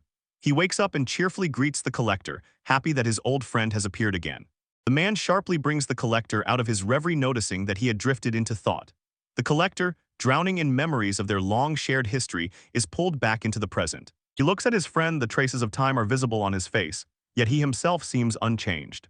With a proud smile, he changes the subject and begins to boast, enthusiastically telling how with one sword strike he defeated a mid-level monster, then asks the collector if he doesn't think that's cool, seeking confirmation of his growing strength. The collector was silent, sharply contrasting with the man's loud energy. His laughter brought back old memories to the collector. 50 years ago, the man had to spend an entire night to defeat one such monster, and the weight of all those years hung in the air. When the collector looks at his aged friend, a terrible thought creeps into his mind. The man is no longer young, his body fragile and exhausted, and what if, by continuing to believe in this impossible miracle, in the fantasy of awakening the ability, he is only pushing his friend into a situation that could kill him? He clenched his fist, determination hardening his features. It cannot go on like this. For the sake of his friend's safety, for his life, he himself must stop him now. But the man was lost in his own world of hopes, arms spread wide in celebration. He exclaimed that he had come one step closer to awakening the ability and that he would become a beacon of hope for all the unskilled in the world. For his dream was now bigger than himself. It was a dream for everyone who shared his fate. Before this pure, shining hope, the collector could not speak the harsh truth. He only weakly agreed, lied to preserve his friend's faith for a moment longer, but the man's smile faltered. He immediately saw the falsehood and said directly that the collector was a terrible liar. A blizzard rages over the mountain ridge, reflecting the storm in the collector's heart. The wind fiercely howls around the small, lonely hut. This is a scene of cold, devastating power, the force of nature that overshadows the struggle of men inside. At the tavern near the foot of the mountain, the collector sits with a warm drink, looking at the snowy path and bitterly thinking about his failure. Could not break his friend's spirit and again did not dare to stop him. The bartender started a light conversation and asked why a client like him was stuck in the city. The collector explained he came to visit a friend living in the nearby mountains, but a blizzard had blocked the roads and prevented leaving. The bartender was surprised that anyone lived in such a remote wilderness. Another visitor overheard and interrupted the conversation, immediately realized it was about a strange old man living in the mountains, and said that travelers often tell stories about a muscular grandfather who fights monsters on snowy peaks, and the collector's friend has already become a local legend. The bartender stopped joking, spoke seriously, and advised the collector not to venture into the mountains for no recently. Some particularly fierce monster appeared, so dangerous that it alarmed the entire country, and the tavern's friendly atmosphere instantly changed to a sense of impending doom. The lodger adds that despite the official warning, some adventurers still climbed the mountain, probably for fame or wealth. But his words were lost when the tavern doors suddenly opened, and several frightened, stumbling adventurers rushed inside. They speak of a fierce monster, a giant white creature on two legs, possibly a yeti. The collector wonders if his friend can defeat such an enemy, for he has become strong, but it sounds like a threat of a completely different level. The bartender corrects them, his voice trembling with fear. He says that according to rumors, the monster is 3 times bigger than the yeti and can blow a gust of pure icy air. And while he speaks, the collector slaps a handful of coins on the counter, his face gloomy with anxiety. Suddenly, a group of adventurers burst through the door, fleeing from the very monster they had just been talking about. They screamed in terror. Never before had they seen such a gigantic beast, and outside a blizzard raged with a colossal shadow looming over the trees. The old man stands steadfast in the blizzard. With a drawn sword he stands between the monster and those fleeing, shouting at them to run. His voice, a fierce roar, breaks through the wind. He is ready to face this threat alone. The creature appears in all its horror, a frosty giant with a face that has become a mask of primal fury. It spews a devastating stream of ice and snow from its jaws. An icy blizzard flies straight at the small group of people, and the adventurers shrink in absolute fear. With unwavering courage, the old man plants his feet firmly on the ground and raises his sword to withstand the icy blast. He shouts for the others to retreat and vows to deal with the monster himself, his silhouette standing defiantly against the overwhelming power of the giant. The ice giant roars, his breath a weapon of pure cold, and the old man meets his gaze with a determined, stubborn smile. This is a battle of primal strength against unbreakable will. A tiny human stands against a mythical beast. The blizzard intensifies, whipping snow across the harsh, merciless landscape. The wind howls in the mountains, a brutal, chaotic symphony of nature's fury, and it is a dreadful scene for the final desperate battle. The collector rushes through the blinding blizzard, his breath breaking into ragged gasps. He knows that ordinary people wouldn't even think of challenging a top-class monster from the giant tribe. And his friend throws himself headfirst into a suicidal fight. He puts in even more effort because he understands. The situation is hopeless. Even a whole group of experienced adventurers cannot handle such a creature, and his friend, who has no skills at all, tries to fight alone.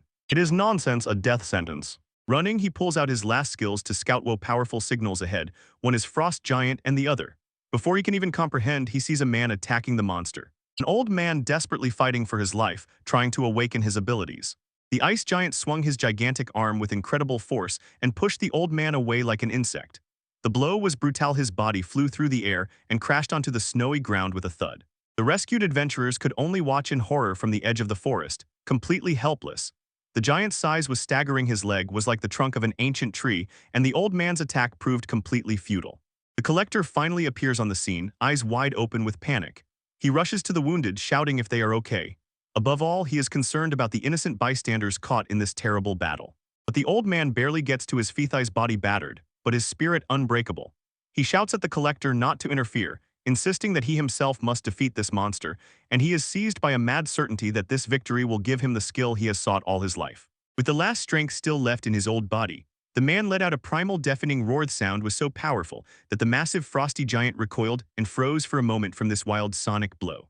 This is exactly the chance he needs. The giant recoils, his jaw agape in shock. He lunges forward in a last desperate surge of adrenaline. He leaps into the air, sword raised high, ready to deliver the decisive blow. He thrusts the blade with all his might straight into the gaping maw of the icy giant. The steel pierces flesh and bone. The final strike or dia is aimed straight at the creature's very brain. This is an act of incredible courage and pure recklessness. The sword finds its target and pierces deep into the monster's head. The force of the blow is stunning. The blade breaks through the giant's skull with disgusting finality.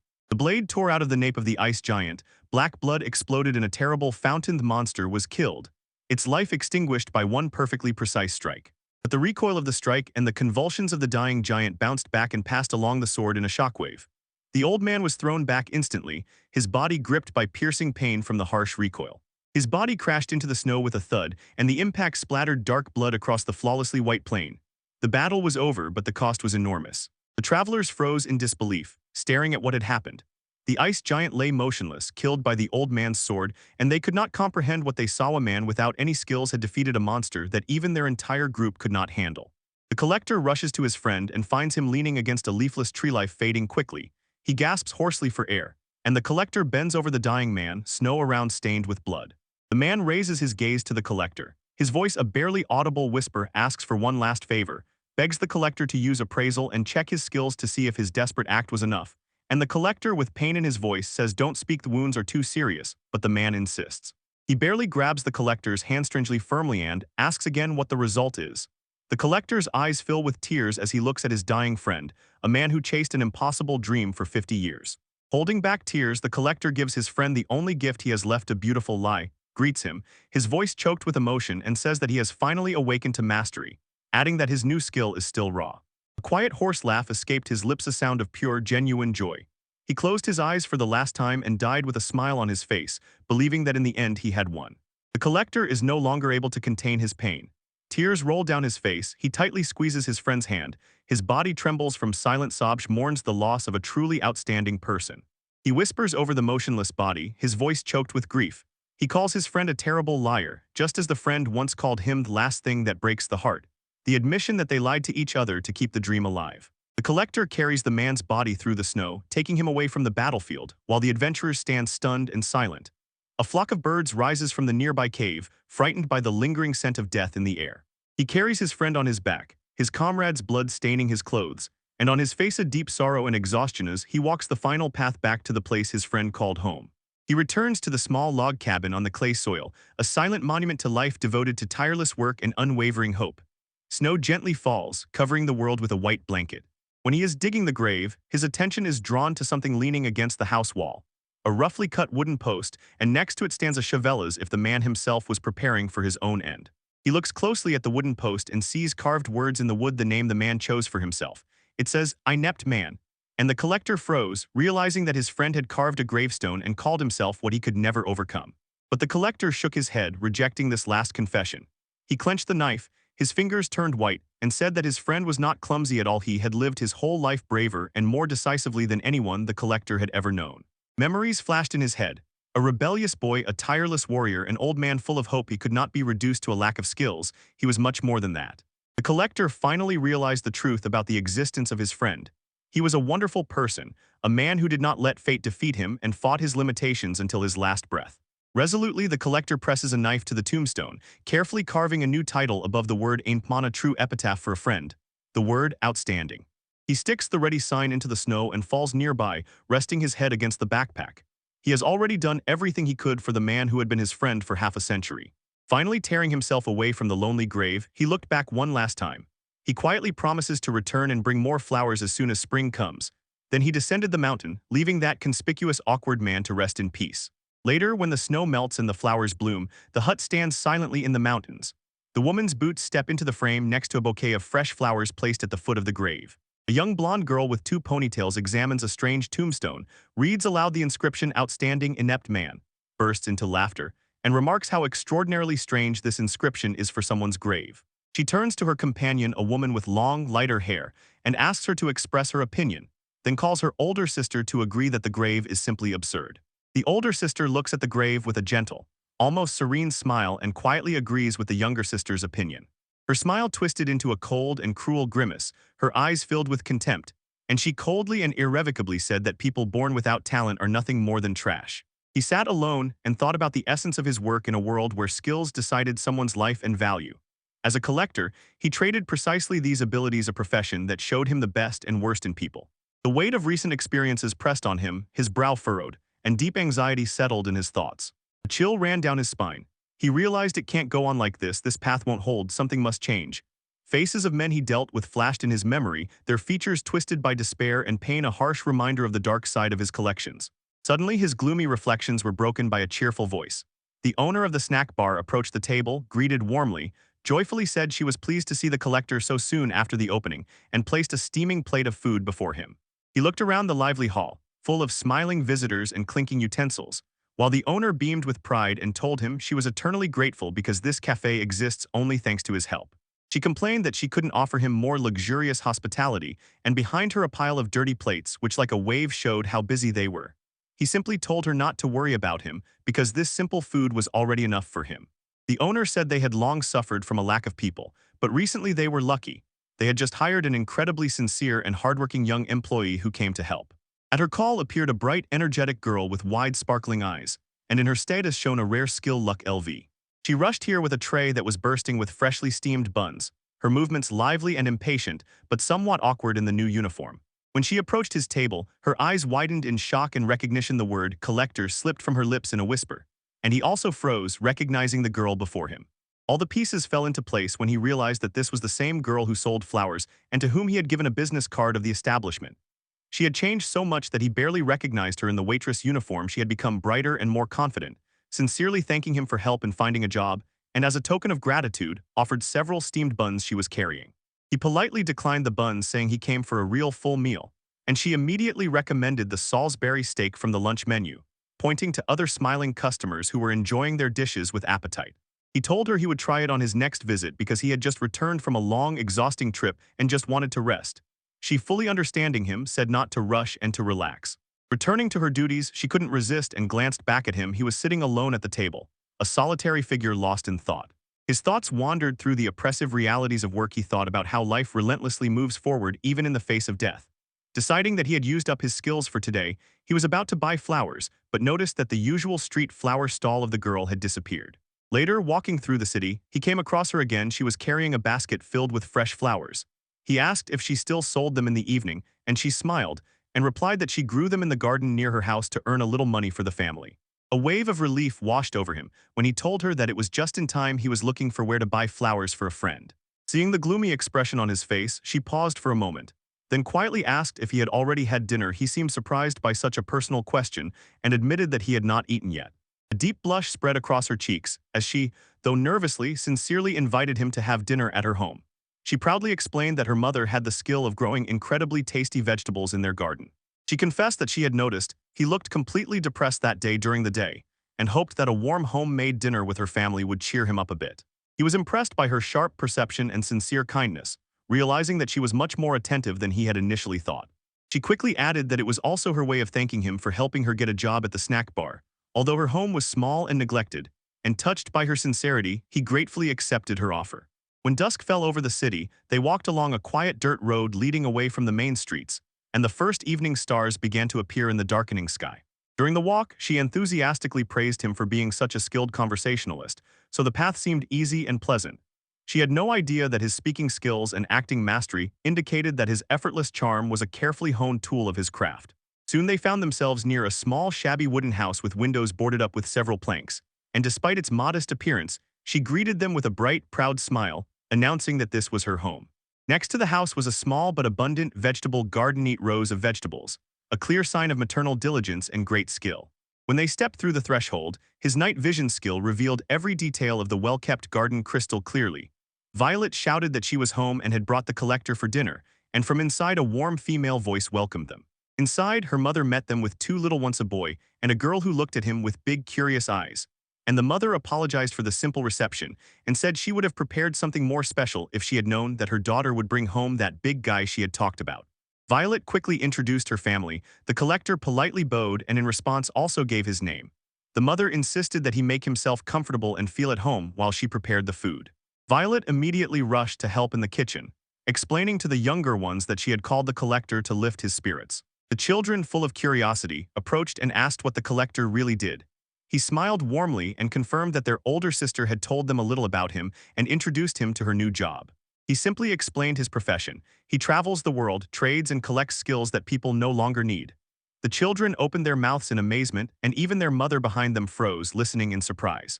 The children's eyes lit up with sudden desperate hope, and they eagerly asked if he would agree to buy their skills.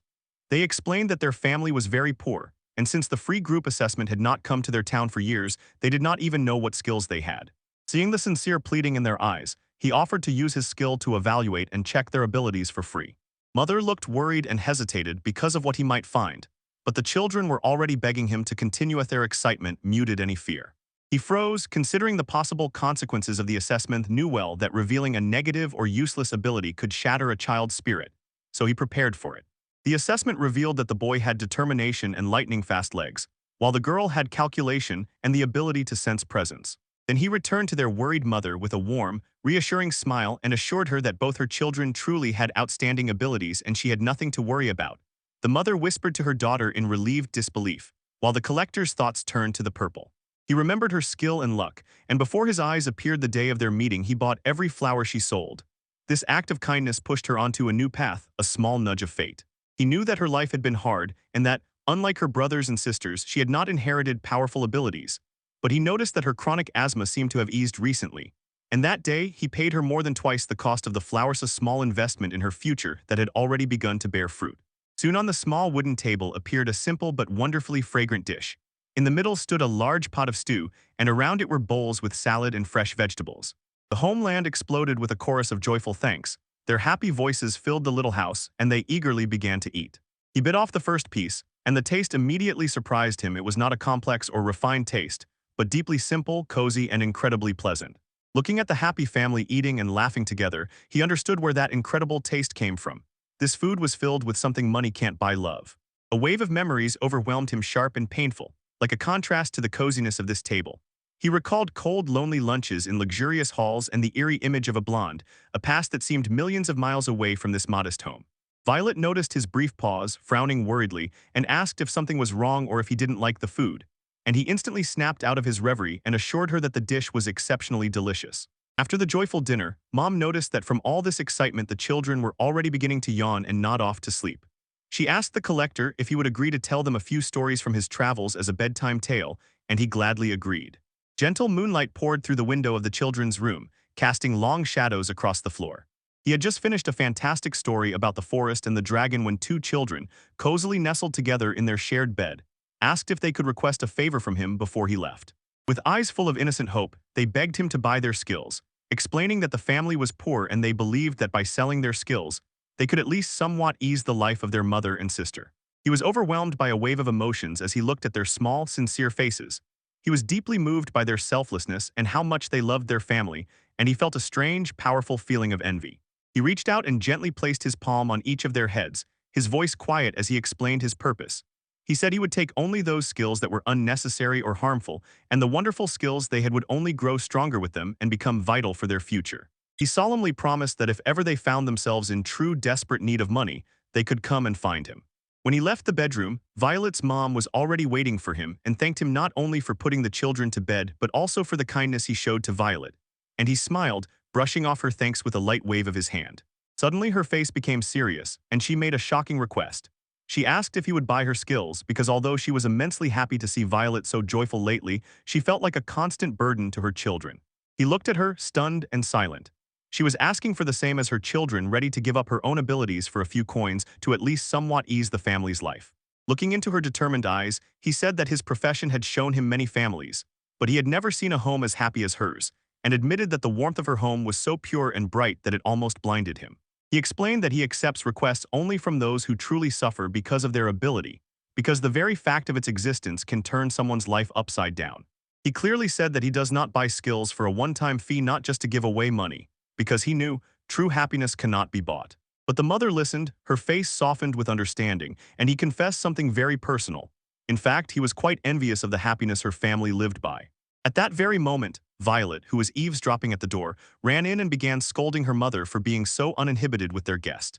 Blushing with shame, Violet insisted that her mother says strange things and pesters the collector, warning that when something strikes her mind, she can be very persistent. A sincere, relaxed smile blossomed on the collector's face as he watched the playful family quarrels. He thought that being here, seeing this simple, loving family, encouraged him more than he could imagine. The jealousy he felt was real, a deep longing for something he had never known. When he finally left the small, warm house and stepped into the cool night, he thought about the evening. The warmth was pleasant, but it brought with it an awkward, unfamiliar pain. Violet went outside after him, apologized again for her mother's behavior, and sincerely said that he could come to them anytime. She looked at him with sincere eyes and promised that if he ever felt sad again, he could rely on them, and she would do everything she could to help him. He looked away to the starry sky, pondering her offer. The warm home seemed to him a light too dazzling for someone like him, and he quietly thanked. The words were full of deep, unspeakable gratitude. Walking into the darkness, he watched moths fluttering around a distant lantern and felt close to these creatures, seeing himself as a moth irresistibly drawn to the light in the darkness.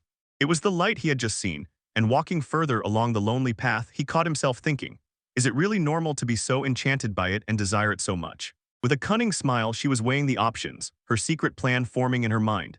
The older sister would not pass by what was happening here, so by staying close to Ripley, she could cause such a commotion to attract her sister's attention and force them to meet again.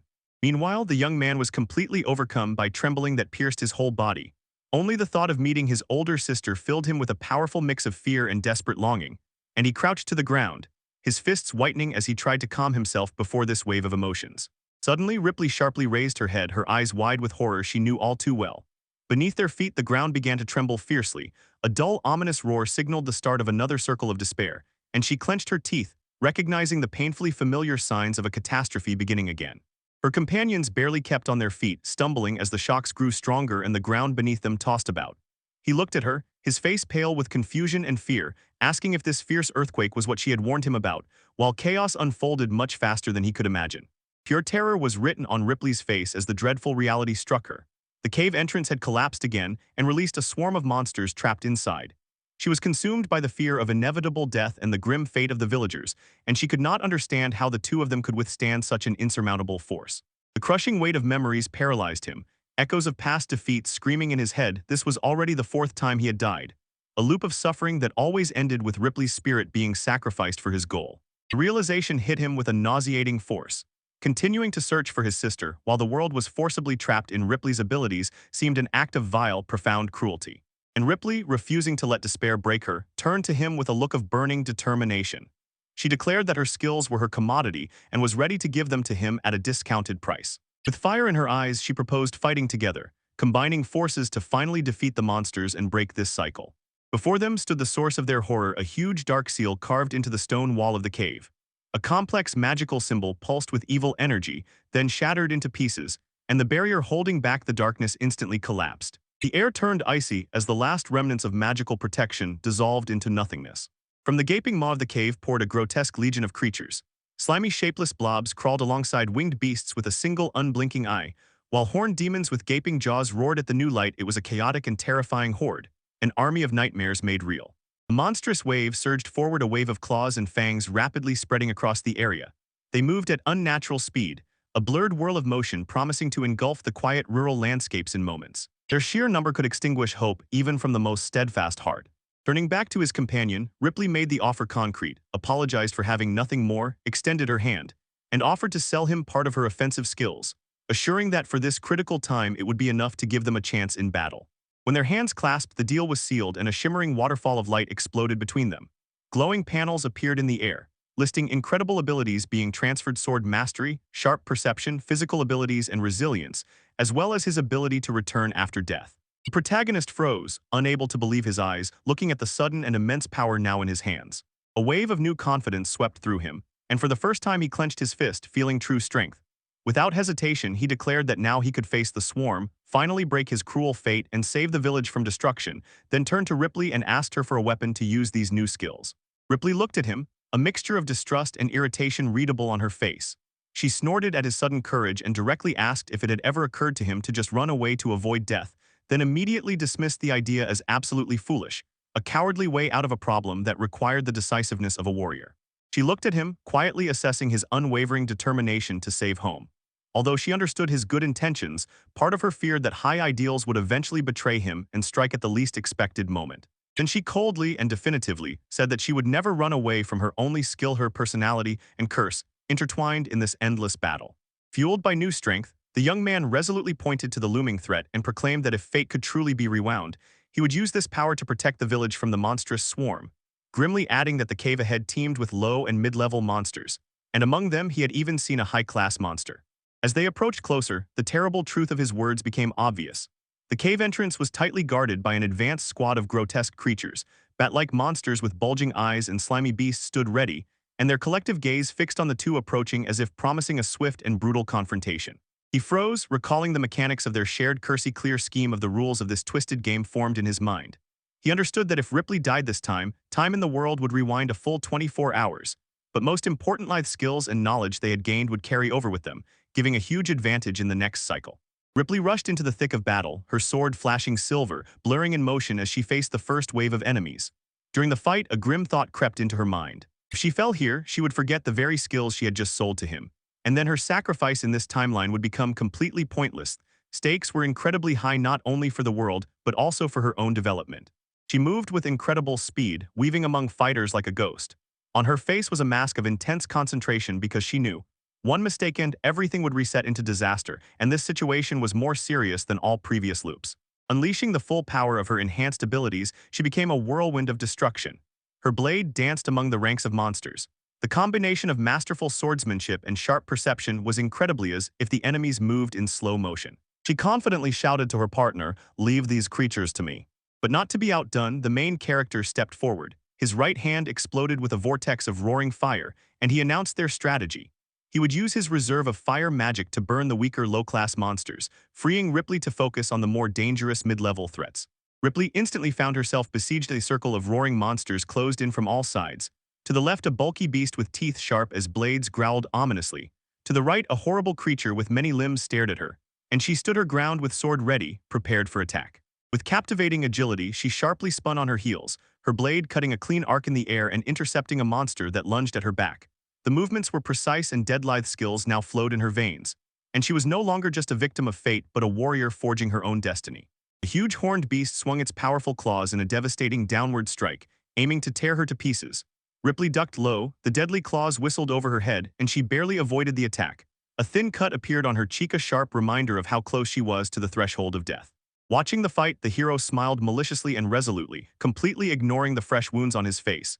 He thought that such a wound was nothing, not even a scratch compared to death, and experience with the skill returned through death made his fear an unbreakable determination. He abruptly thrust his hand forward, and a stream of blackish fire burst from it, destroying the last low-level slimes and instantly turning them to ash. Freeing the area, he shouted to Ripley if she was okay, and said he was done here and already heading to her to join the fight. Ripley, covered in blood but inspired, let out a triumphant cry and exclaimed that with the skills given to her by the Collector, she felt invincible and capable of challenging any enemy who dared to stand in her way. And for the first time, a genuine smile of hope played on her lips as she declared that she could finally change her fate. But at that moment, a shadow fell over her huge and absolute. From the very cliffs, a colossal stone golem burst forth, gigantic and monstrous. Before Ripley could even blink, its toothy maw opened and with a terrible crash snapped shut, swallowing her whole with an earth-shaking crunch. The world seemed to slow down, the sound of battle faded to a muffled hum in his ears, and he could only scream her name in pure, uncontrollable horror, his voice drowned in the sudden cruel silence left after her. He did not take his eyes off the chaos unfolding. The pieces of the puzzle clicked into place with grim certainty, and he realized the high-level monster that emerged from the cave in powerful earthen armor had to be the very cause of Ripley's death in the now-erased timeline. Ripley was no longer a victim of fate, swung his blade with fierce determination, and declared that he would definitely defeat the beast because he had prepared his reserve skills and was ready to intervene and help at any moment. He rushed into the clash, becoming a blurred spot of white and black against the backdrop of terrifying stone giants. His sword, a flash of silver, descended with incredible force, aimed directly at the creature's powerful stone skin. A voice hoarse with emotion and resolve broke through, roared in defiance not only at the monster, but also at the cruel fate that bound him. He vowed to change his fate alone and thereby secure the future of the entire village. The strike was Inormaushi's blade pierced the creature's hard shell, and sharp fragments of stone and dark energy scattered in all directions. The rumble of the golem crumbling rolled across the battlefield, a testament to his new strength and unbreakable will. Turning his head slightly, he looked back at the Collector with a piercing, knowing gaze, and called on him to witness the true power of that supposedly unique skilled power that could rewrite reality itself. A barely noticeable triumphant smile appeared on Ripley's lips when the last of the nearest threats crumbled to dust. And in that quiet moment of victory, he was overwhelmed by a deep, undeniable realization: fate had finally changed. The sun cast long shadows over the quiet, rolling hills. The path ahead was now free from any danger, and peace reigned over the landscape, a sharp contrast to the life-and-death struggle that had just taken place. In the village, life flowed quietly and routinely. This calm routine was almost unreal. People went about their daily affairs and did not even know about the catastrophe that had barely been averted. Walking alongside her two rescuers, Lee beamed a bright smile that infected everyone around, and she noticed how strange it felt after such a long time. The world had finally begun to move normally again, a simple truth that meant incredibly much to her. She turned to the Collector, and deep gratitude lit up in her eyes for his intervention. Lee said how incredibly glad she was that he helped them, and that thanks to him she and all the others were saved from a terrible end. A huge tension from the repeated cycle suddenly caught up with Ripley. His body buckled. He leaned on the Collector and confessed the terrible truth about his power. To achieve this victory, he had to die again and again, at least 4 times, a circle of torment that nearly broke him.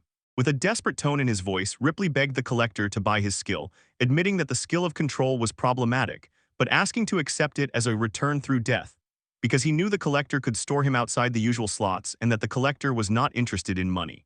With trembling hands, he extended them forward, making a formal and desperate offer to sell his only ability, and the Collector silently watched, expressionless, weighing the terrible weight of that cursed power being offered to him.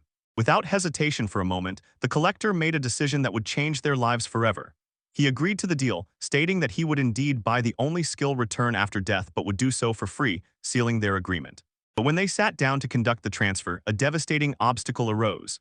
The Collector admitted that he had tried before, but his trading skill, which still slumbered at a miserable first level, was simply too weak to obtain the only skill, and Ripley froze in complete shock and despair. The last crumbs of peace in Ripley crumbled. His voice trembled as he confessed the true horror of his curse. As long as he had this ability, he was doomed to live a life in which he fundamentally could not die, eternal consciousness from which there was no escape. His mind plunged into a terrible spiral. He imagined the future of endless torment and thought about what would happen if he died from a slow, painful disease. Whether he would have to kill himself every day just to rewind time. A lonely loop that might one day engulf the entire world. Suddenly turning back to reality, he immediately apologized for his outburst and assured that this terrible fate was not the collector's fault. He tried to take back what he said, but the weight of his confession hung heavily in the air between them. But the collector did not allow him to bear it alone. He himself apologized, and confidently said that the entire failure was only his fault, because his trading skills were too weak to help. Above this failed exchange hung the fundamental and cruel rule of their world. Everyone knew that only skills were doomed to stagnation. There was never any story about their advancement. They were forever stuck at level 1. The collector could not truly comprehend how unbearable Ripley's constant feeling of fear and anxiety was. He understood that if the world continued to loop for Ripley, the torments of death would become his constant companion, and sooner or later someone much crueler would notice his power. His thoughts darkened as he imagined the horror that would happen if Ripley's secret fell into the wrong hands. The kidnapper could endlessly abuse him, killing him again and again to roll back any failed result, a fate of eternal torture. And the collector felt a wave of disgust toward himself, making him doubt his entire purpose and feel miserable for being unable to prevent it. But from that despair in his mind grew a bold, radical idea. If skills even have the concept of levels, then they can reach level 2, and this became his new goal, a mission that coincided with the reason he became a collector in the first place. To hone his skill to finally meet that very person. He looked straight into the eyes of the speckled corpse and solemnly swore with unbreakable faith, admitting that he was powerless to help now, but promised to raise his trades to level 2 and then finally buy a return through death. Suddenly a memory of a dear friend who fought desperately to the bitter end flashed in his mind, and he knew, to give up now when there was still a tiny spark of hope left would mean betraying that friend's memory. Ripley froze at this statement. The idea that his skill could level up had never before occurred to him. Although he admitted he knew little about the mechanics of his power, he clenched his fist, and a new determination settled on his face, because he knew he could not allow himself to simply drown in self-pity. As they were about to part ways, Ripley promised, if his skill ever became unbearable, let him call and he would support him with his power. The collector stood on the path, stunned to the bone, still unable to comprehend the existence of such a power, the skill to return after death. He turned and walked away, his boots kicking up dust from the dirt road. He thought that only skills are full of surprises, and it was because of this strange meeting that time finally truly began to move forward again. His gaze hardened, a new flame ignited inside, sharpening his intentions. The days of simple wandering as a skill collector in search of his sister were now over and replaced by a much more urgent and difficult mission. He understood a simple, undeniable truth. If time itself is not allowed to move forward, there will be no future and never hope to be with her again someday. The square buzzes with the chatter of merchants and the steps of bustling townsfolk, a familiar rhythm for the young man who walks its streets. He is a collector, a trader of unique and powerful goods in this world. Skills. His trade is buying and selling what defines someone's life and profession. A passing acquaintance called out to him, with barely audible surprise in his voice upon seeing that the collector was not at his usual work. The collector only smiled knowingly and confirmed that he had indeed taken this day for personal matters. He clenches a sealed letter in his hand, the paper crisp and official, clearly stating that a regular client personally requested his arrival. He ascends the well-kept stone stairs, and the surrounding architecture becomes increasingly luxurious, as if hinting that he is entering a wealthier district of the city. His path leads to a lavish estate with thick, formidable doors. When he announces his arrival, his gaze slides over a worn poster nailed to the wall advertising a match at the arena, a clear hint about the powerful person he has come to see. Before he could be officially received, a thunderous roar erupted from inside, a sound of incredible force bursting outward. Within it was a man with a body carved from stone and hair ablaze, frozen in a strike, his training so severe it shook the very foundations of the building. The man Leon Dold, the arena champion, turns and greets the collector with a warm, familiar smile, momentarily forgetting his training. Beside him stands another burly man who watches the collector's arrival with a mix of admiration and nervousness. Leondold explained that the monster attraction skill he bought from the collector incredibly helps in training and allows him to constantly hone his abilities. Then he pointed to his friend Congus and proudly said that the collector helped him too. When Leondold casually asks who is accompanying Congus, the friend's cold calm begins to crack under the weight of the reason he came. All eyes turn to the collector, the true cause of this unusual gathering. Suddenly, in a burst of despair, Congus lunged forward and grabbed the collector's hands. His grip was surprisingly strong. He begged, his voice breaking with emotion, asking to sell him the cooking skill for his new wife and swearing he would pay any price. The collector visibly flinched at this public panic display, gently reminded the champion that they had agreed to keep all dealings with skills strictly confidential. and calmly asked what could have happened to make someone so desperate and open in public. Leon-Dold laughed and reassured the collector. Everything is fine. Congus is his dearest friend, not just anyone. He suggested finding a more comfortable place to sit and hear the whole story behind this strange request. They moved to the nicely furnished living room of the large house, where a tray with drinks was brought to at least slightly ease the tense atmosphere, and three men settled in the room where the air was thick with unspoken anxiety and curiosity. Congus slowly, deliberately takes a sip from the cup, his eyebrows furrowed with deep worry. Seeing how his friends suffer, the collector gently nudges him and asks to explain what he means and why he is so desperate. A barely noticeable blush lit up Congus's cheeks as he began the story. Recently, he married a wonderful, sweet woman he, as a fighter and traveler, provides for them, and she has devoted herself to the home and tries her best in this new role. The collector logically notes that cooking is a skill that can be mastered through simple practice, and that buying this skill outright would be much more expensive. But Congus's face contorts with despair. He exclaims that she can no longer be helped. Her cooking is so terrible that he has no choice but to give her this skill as a gift. He horrifiedly tells about her culinary experiments. She never measures ingredients, her taste is completely ruined, and when the food is too salty she adds more sugar, resulting in such a mixture that it cannot simply be called bad. Overwhelmed with emotions, Congus complains that the food is painfully disgusting. But his wife insists on cooking everything from scratch because she puts all her love into it, and when the collector asks the obvious question whether he told her about his feelings, the fighter's resolve crumbles. Before his eyes flickers the sweet smile of his wife, and he declares that he could never say anything so cruel to her. He feels trapped, certain that it will always be this way and that he is doomed to endure her terrible cooking for life. Landold listens with a sympathetic but slightly smiling expression, says he understands the feelings, but is shocked to see such a brave man as Congus completely defeated by just one dish. The collector suspected this and admitted that he assumed words would not help here, so he asked Congus to bring a sample of that food today. On the table between them stands a simple, neatly wrapped lunchbox. Its innocent appearance is deceptive. Inside hides a true horror, silently sitting like Pandora's box of culinary disaster. When the collector reaches out to the lid, pure horror pierces him. His intuition, already at level 30, screams a sinister warning. Run. He openly tells the others that he is truly scared because any food that could frighten a mighty arena champion must be genuinely monstrous. As soon as his fingers touched the box, Congus shouted to wait and air it out first. In a moment, a palpable wave of wrongness burst from the container, and the collector's protective skills, resistance to poisons, etc. The lid is lifted, revealing a Lovecraftian horror. Twisting octopus tentacles, strangely spotted mushrooms, and slimy pulsating black spheres, all arranged in a disgusting, grotesque parody of a bento.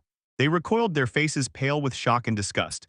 Congus, grimacing, explained that his wife tenderly calls this creature filled with the bliss of paradise, although secretly he considers it filled with the horror of hell. Leon-Dold, bent over with nausea, whispered the question that was on everyone's mind. Did his wife really eat it herself? Congus nodded sadly. She eats it without any difficulty, and this truth only makes the whole situation even scarier and stranger. Hoping against all odds, the collector aloud wonders if the terrible dish is only frightening in appearance, but might actually taste quite tolerable. Leon-Dold, always the brave champion, gathers his courage and takes a fork, resolutely determined to try this disgusting thing himself. He carefully brings a piece to his lips and takes a small, uncertain bite. His face instantly contorts with disgust, and gasping, he tries to say that the only thing he is sure of is that eating it probably won't kill him immediately. These grim conclusions are confirmed when Congus admits that he has a high resistance to poison, and only because of that he got used to its taste over time.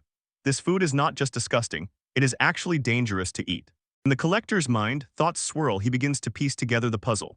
Such a culinary disaster is abnormal and beyond the ability of an ordinary amateur. He asks Congus if he ever thought to check his wife's skill certificate, suggesting that a powerful negative skill might be behind it all. Kong quietly confessed that he thought the same, and recalled how he asked his wife to show her skill certificate, the one she should have received at 10 years old, but for some reason she categorically refused. He adds that even when he offered to use his appraiser skill to check her, she still refused. Her strange and stubborn secrecy only deepened the mystery and heightened his anxiety. A clever idea flashed in Leon-Dold's eyes, and he proposed a plan: to arrange a home party and invite Congus's wife so that the collector would have a natural reason to get close enough and discreetly apply his powerful appraisal skills. The collector thoughtfully strokes his chin and agrees to the plan. Then he adds his suggestion. He knows a true culinary master and will also invite her, believing that her skills will be invaluable. The day of the party arrives. The sky is clear and cloudless, perfect for a friendly gathering that skillfully hides its true secret purpose. The collector sneaks across the city rooftops, quickly and silently approaching the large and impressive mansion of the champion. Next to him is Sumir, a talented cook from the local canteen. She smooths her hair, looks around nervously, and shyly admits that this is her first time at a house party. He smiled in a way that made her feel calm, apologized for calling her so suddenly, and explained that her dishes were so incredible that he knew he could only rely on her in this delicate situation. From the high balcony, Leon Dold notices their arrival, raises his glass, and cheerfully greets them, calling down that they were expected here, with a voice booming hospitality. Inside, the party is already in full swing, guests everywhere and lively music. Just as Leon Dold tells everyone to have fun, a late guest announces himself, his voice full of apologies. Kongi enters arm in arm with a beautiful woman. She gently reproaches him for taking so long to choose a gift, and her voice is as charming as her appearance. Long, loose chestnut hair and a gentle, kind face. She steps forward with a beautiful bouquet of lilies in her hands, and confidently and gracefully introduces herself to the group. Her appearance seems to light up the whole room and leaves everyone speechless for a moment. She solemnly introduced herself as Sailor Fairy, wife of Congus, politely bowed, and thanked everyone for always taking such good care of her husband. The collector froze in silence, his mind spinning, could not accept that the image of this exquisite beauty was connected with the creator of that hellish lunchbox. He thought she was too good for Congus, when Leon Dahl quietly whispered that, incredibly, she was the one who pursued him. His determination hardens. The collector focuses his gaze and activates his powerful ability to evaluate his time once, and for all to expose the truth about her catastrophic cooking. Before his eyes flicker the evaluation results. Her skill and creative level 18 and tastelessness an astonishing 25. Her carefree smile is the perfect mask for the chaotic abilities lurking beneath. Suddenly, everything becomes clear. The catastrophic combination of remarkable creativity with even greater tastelessness turned out to be the recipe for culinary disaster, and her good intentions transformed into hideous creations. But his evaluation reveals something else. The third ability makes him hesitate. He shifts his gaze from the floating text to her smiling face. A deep question hangs in the air. What secret is she hiding? He instantly understood. This discovery was too sensitive to discuss in the middle of a crowded party. He needed to find a way to talk to her alone, away from prying ears. As if on cue, QC Laffer approached him, said that Congus had told her everything, and politely asked if he could step outside for a minute to talk with her about her skills. At that moment, a glass of wine slipped from a nearby table and shattered loudly on the flawless floor. The sudden noise alarmed the party guests, providing a brief but tense distraction. The collector leaves the noisy festive room, following the sea creature light as air, and steps onto a quiet, lanternlit street. At the door, Congus watches them go, his face showing both hope and deep anxiety. As soon as they are alone, the collector immediately gets to the point, explaining that his profession has given him the ability to assess and that he knows about her abilities. Lafera turns away from him, her shoulders slumped, and opens the door nearby. Without warning, she falls to her knees on the stone steps, her head bowed low, begging him, her voice trembling with despair. Do not tell her husband what you have learned. What strikes the collector is not her plea about culinary skills, but the genuine horror in her voice, and he asks why she insists so much on hiding another ability, high-level cosmetic mastery. He felt it like a blow. Her skill in cosmetics was stronger than her bad taste. At that level, it was no longer just makeup, it was a complete transformation that allowed her to entirely change her face. Using clairvoyance, he presses further, questioning the burn mark on her face that he noticed. She flinches as if struck, shocked that he could also know about it. Her composure finally completely breaks down, and she whispers in defeat, her voice barely audible, admitting that he sees through all her secrets. She begins her tragic story, recalling a terrible accident in her youth, from which heavy, permanently visible burn scars remained on her face, and this memory still hurts the pain of a childhood ruined by tragedy. In the memory, her face appears covered with scars, a sharp, painful contrast to her current flawless appearance. She confesses that she began to hate her reflection and completely lost hope of ever finding love. But one fateful day, a kind young man returned her lost hat. That young man turned out to be a young Congus, who instead of recoiling in horror simply looked at her and said that she was a cool lady.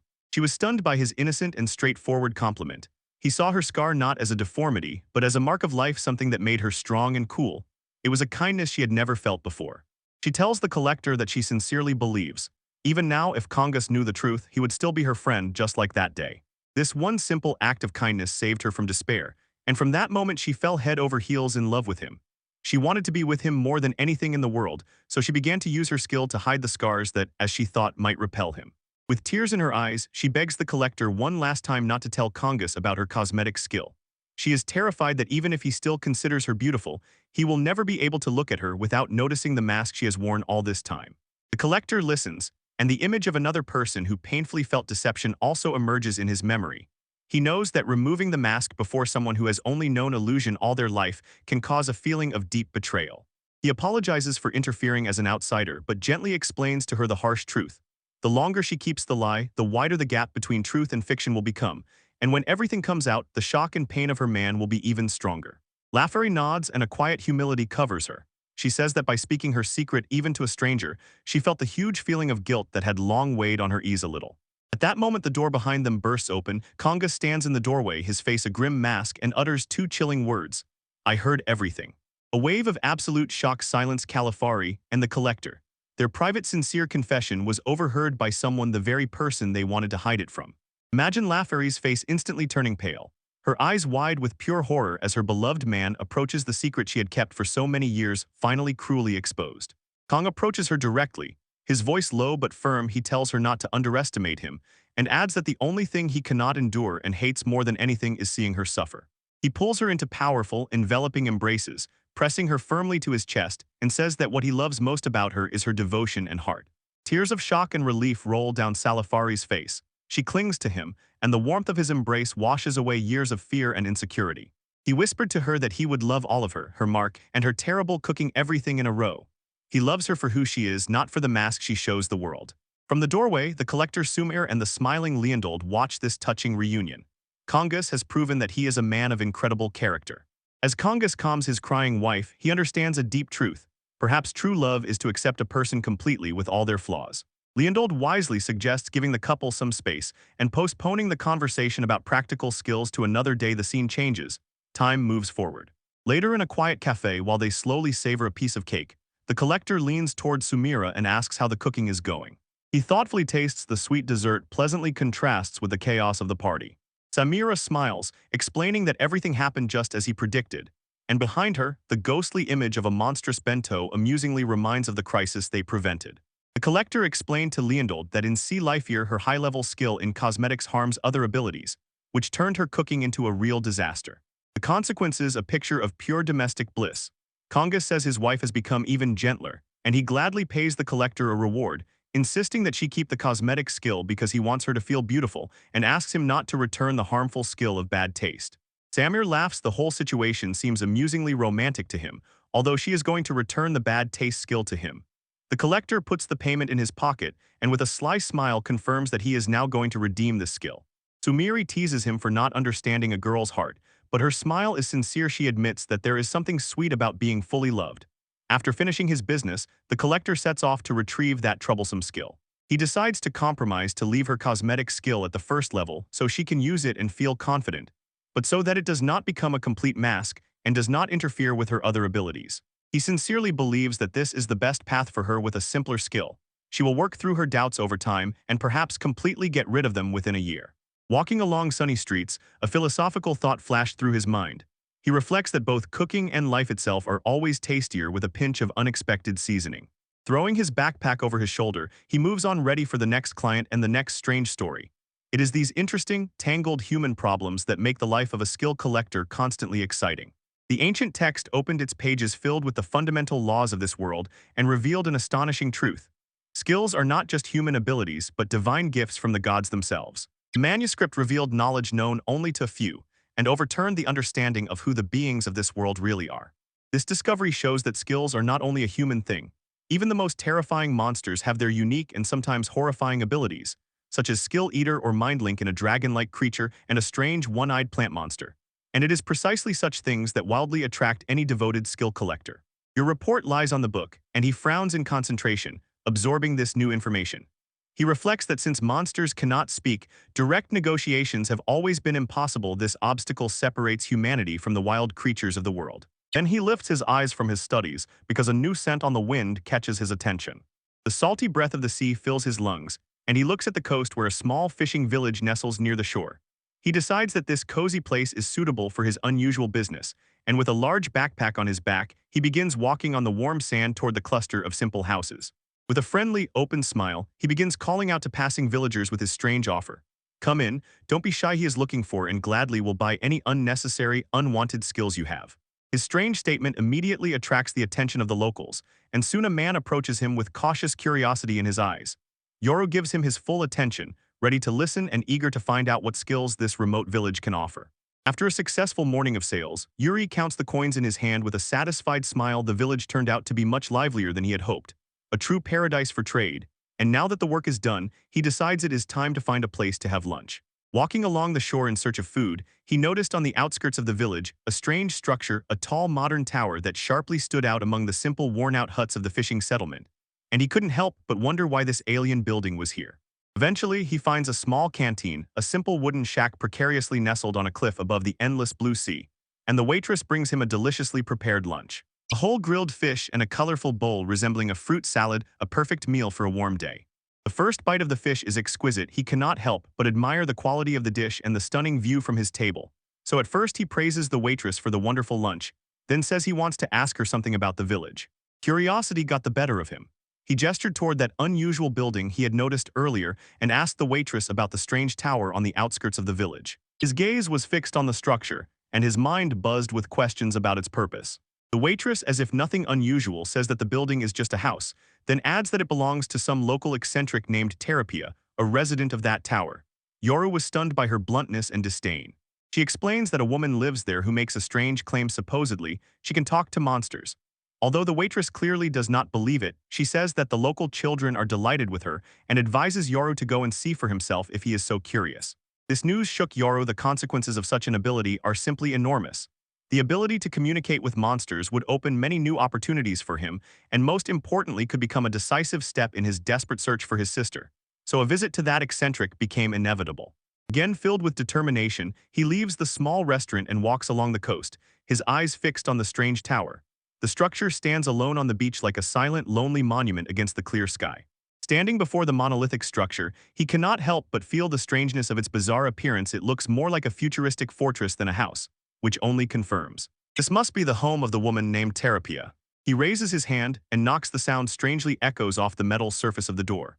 And the architecture, unlike anything he has ever seen, only intensifies the feeling that he is about to enter a place completely far from the familiar world. Confused by the strangeness of the door, he decides to use one of his most reliable skills to learn more. Placing his hand on the surface, he activates a level 30 appraisal, and a faint hexagonal light spreads from his palm. The appraisal results were stunning. It turned out that the door was endowed with a whole range of powerful abilities, such as silence, concealment, and even deodorization. He shuddered, realizing that this was not just a door, but an extraordinarily rare and powerful artifact, an ancient relic. A brief image of ancient relics flashed through his mind. He saw them as technological remnants of a long-lost civilization that once thrived in this world. These artifacts are fragments of a forgotten era, hiding power and knowledge far beyond our understanding. Information says that most of these relics are incredibly advanced. Their methods of creation are completely beyond modern humans. Their existence is a secret known to few, a hidden layer of history that most of the world happily does not know about. He stands before a silent, possibly dangerous relic and contemplates his situation. He knows these ancient artifacts are often unstable. Their power can be both a wonder and a threat. Part of him wants to turn around and avoid those strange matters in this tower, but he hesitates. He activates the ability to sense presence, and surprisingly, feels no one inside. This only sharpens the mystery and holds him here even more. He stands confused. He has come so far following rumors about the one who talks to monsters, but instead sees a silent, possibly empty fortress. He weighs to retreat and return later or risk and go further despite the danger. Just as he was about to turn away, the door hissed quietly and slid open, and right behind his back appeared a woman with glasses and slightly tousled hair, politely asking if she could help. She caught him so off guard that her sudden appearance completely bypassed his active detection skill. She yawns, says that his knocking woke her, smiles sleepily, and confirms that it is him standing on her doorstep. Her ease surprises, especially against the backdrop of a home like a fortress. Yoru was completely thrown off. He stammered, apologizing for waking her, but only one oppressive mystery spun in his head: how she appeared so quietly that he did not feel her presence at all, although his abilities were fully active. He quickly activates the evaluation skill on her, but the results only confuse him more. It is clear that not only her presence but all her abilities seem to be suppressed by some unknown force. And the woman, as if nothing happened, simply apologizes for sleeping so long, and her cheerful manner disarms him even more. His gaze falls on the delicate star-shaped necklace she wears, and he instantly understands this is another ancient relic, the source of the interference. He introduces himself as a collector of skills and explains that he heard rumors about someone in this village who can communicate with monsters. As soon as he utters the word monsters, her sleepy expression instantly disappears and in its place flashes strong, sparkling excitement. She leans in extremely close, their faces separated by mere centimeters, and with passionate impatience asks if he is also fascinated by these creatures.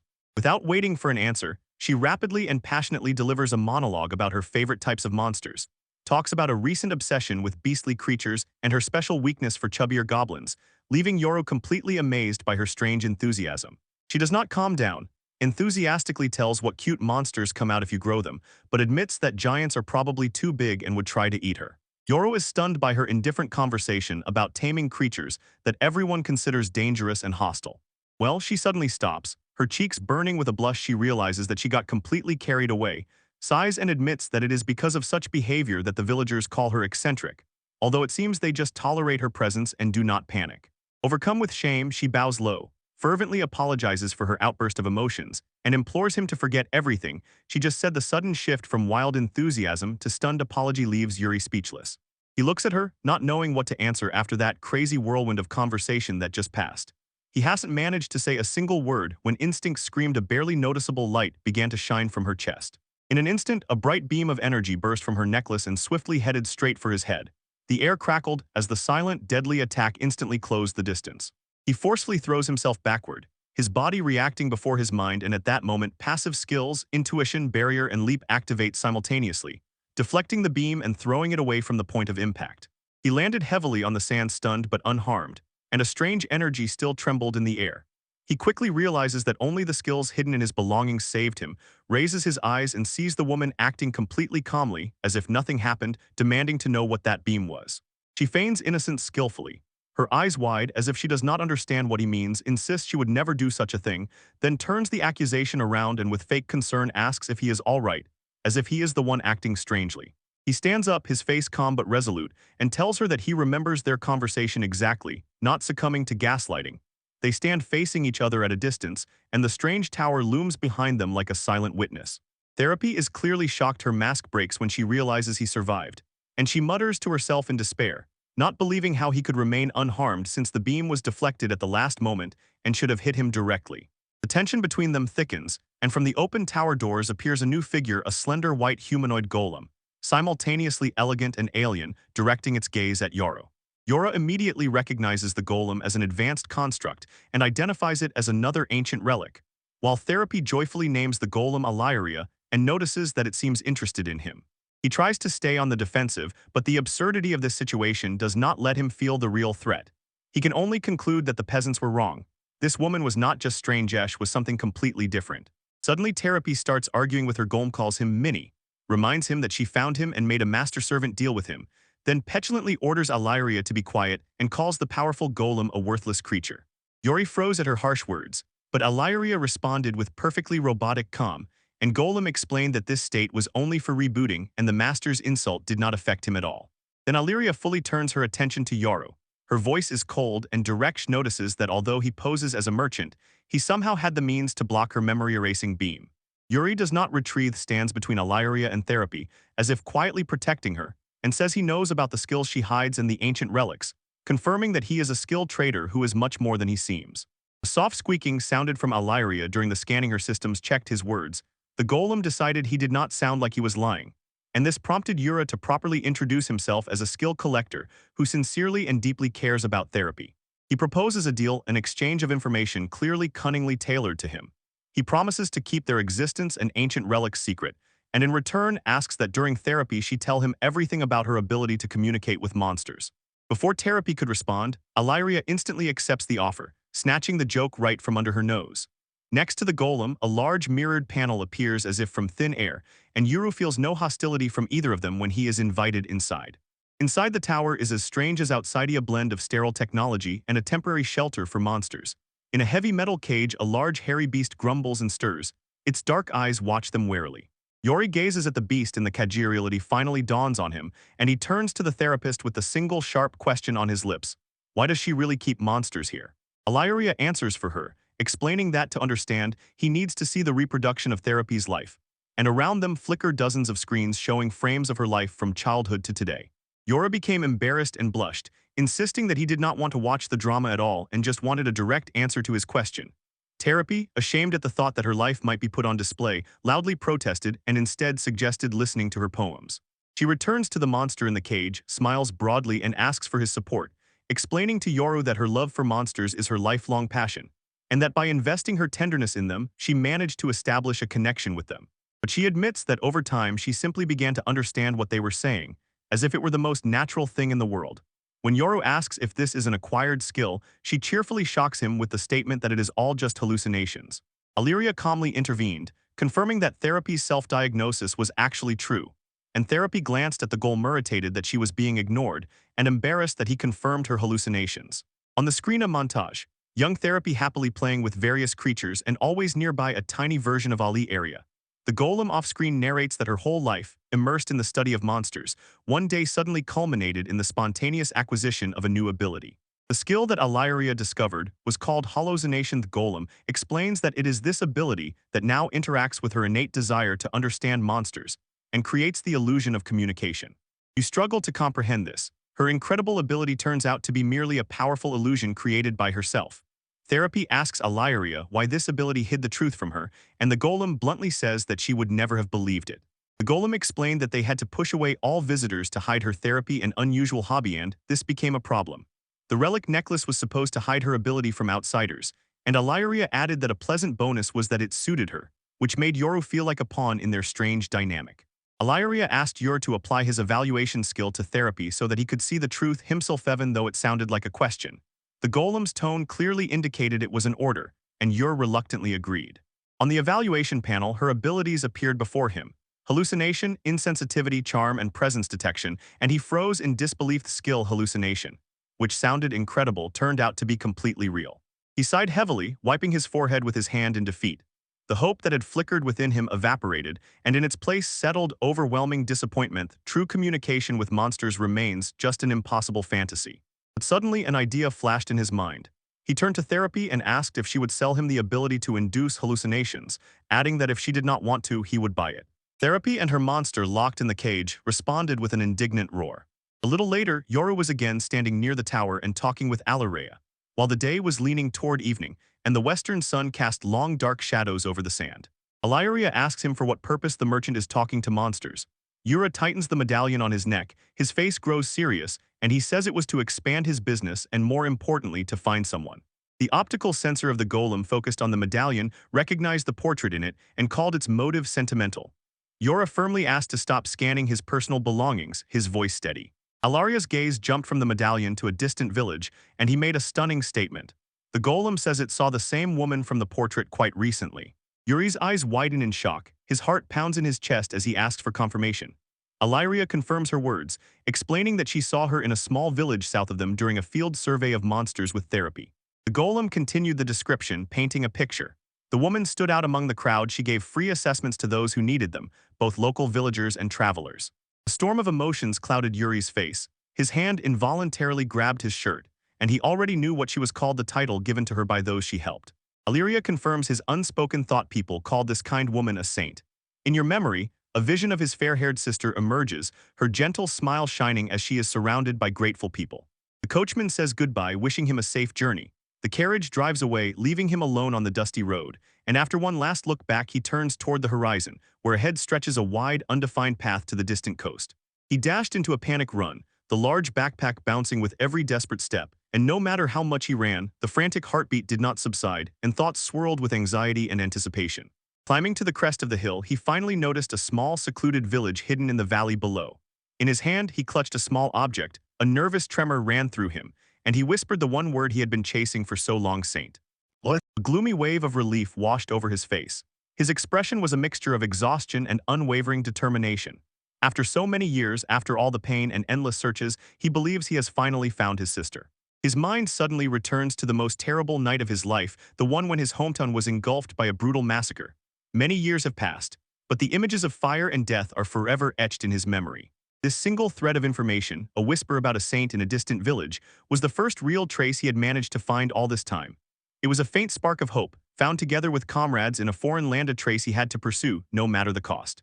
He looks down at the quiet, peaceful town, and a knot of horror tightens in his chest. Even if this is all a cunning trap to lure him in, he knows there is no other choice and he must enter it. He asks a local farmer about the saint, and he says not in this village, she is somewhere beyond the nearest forest.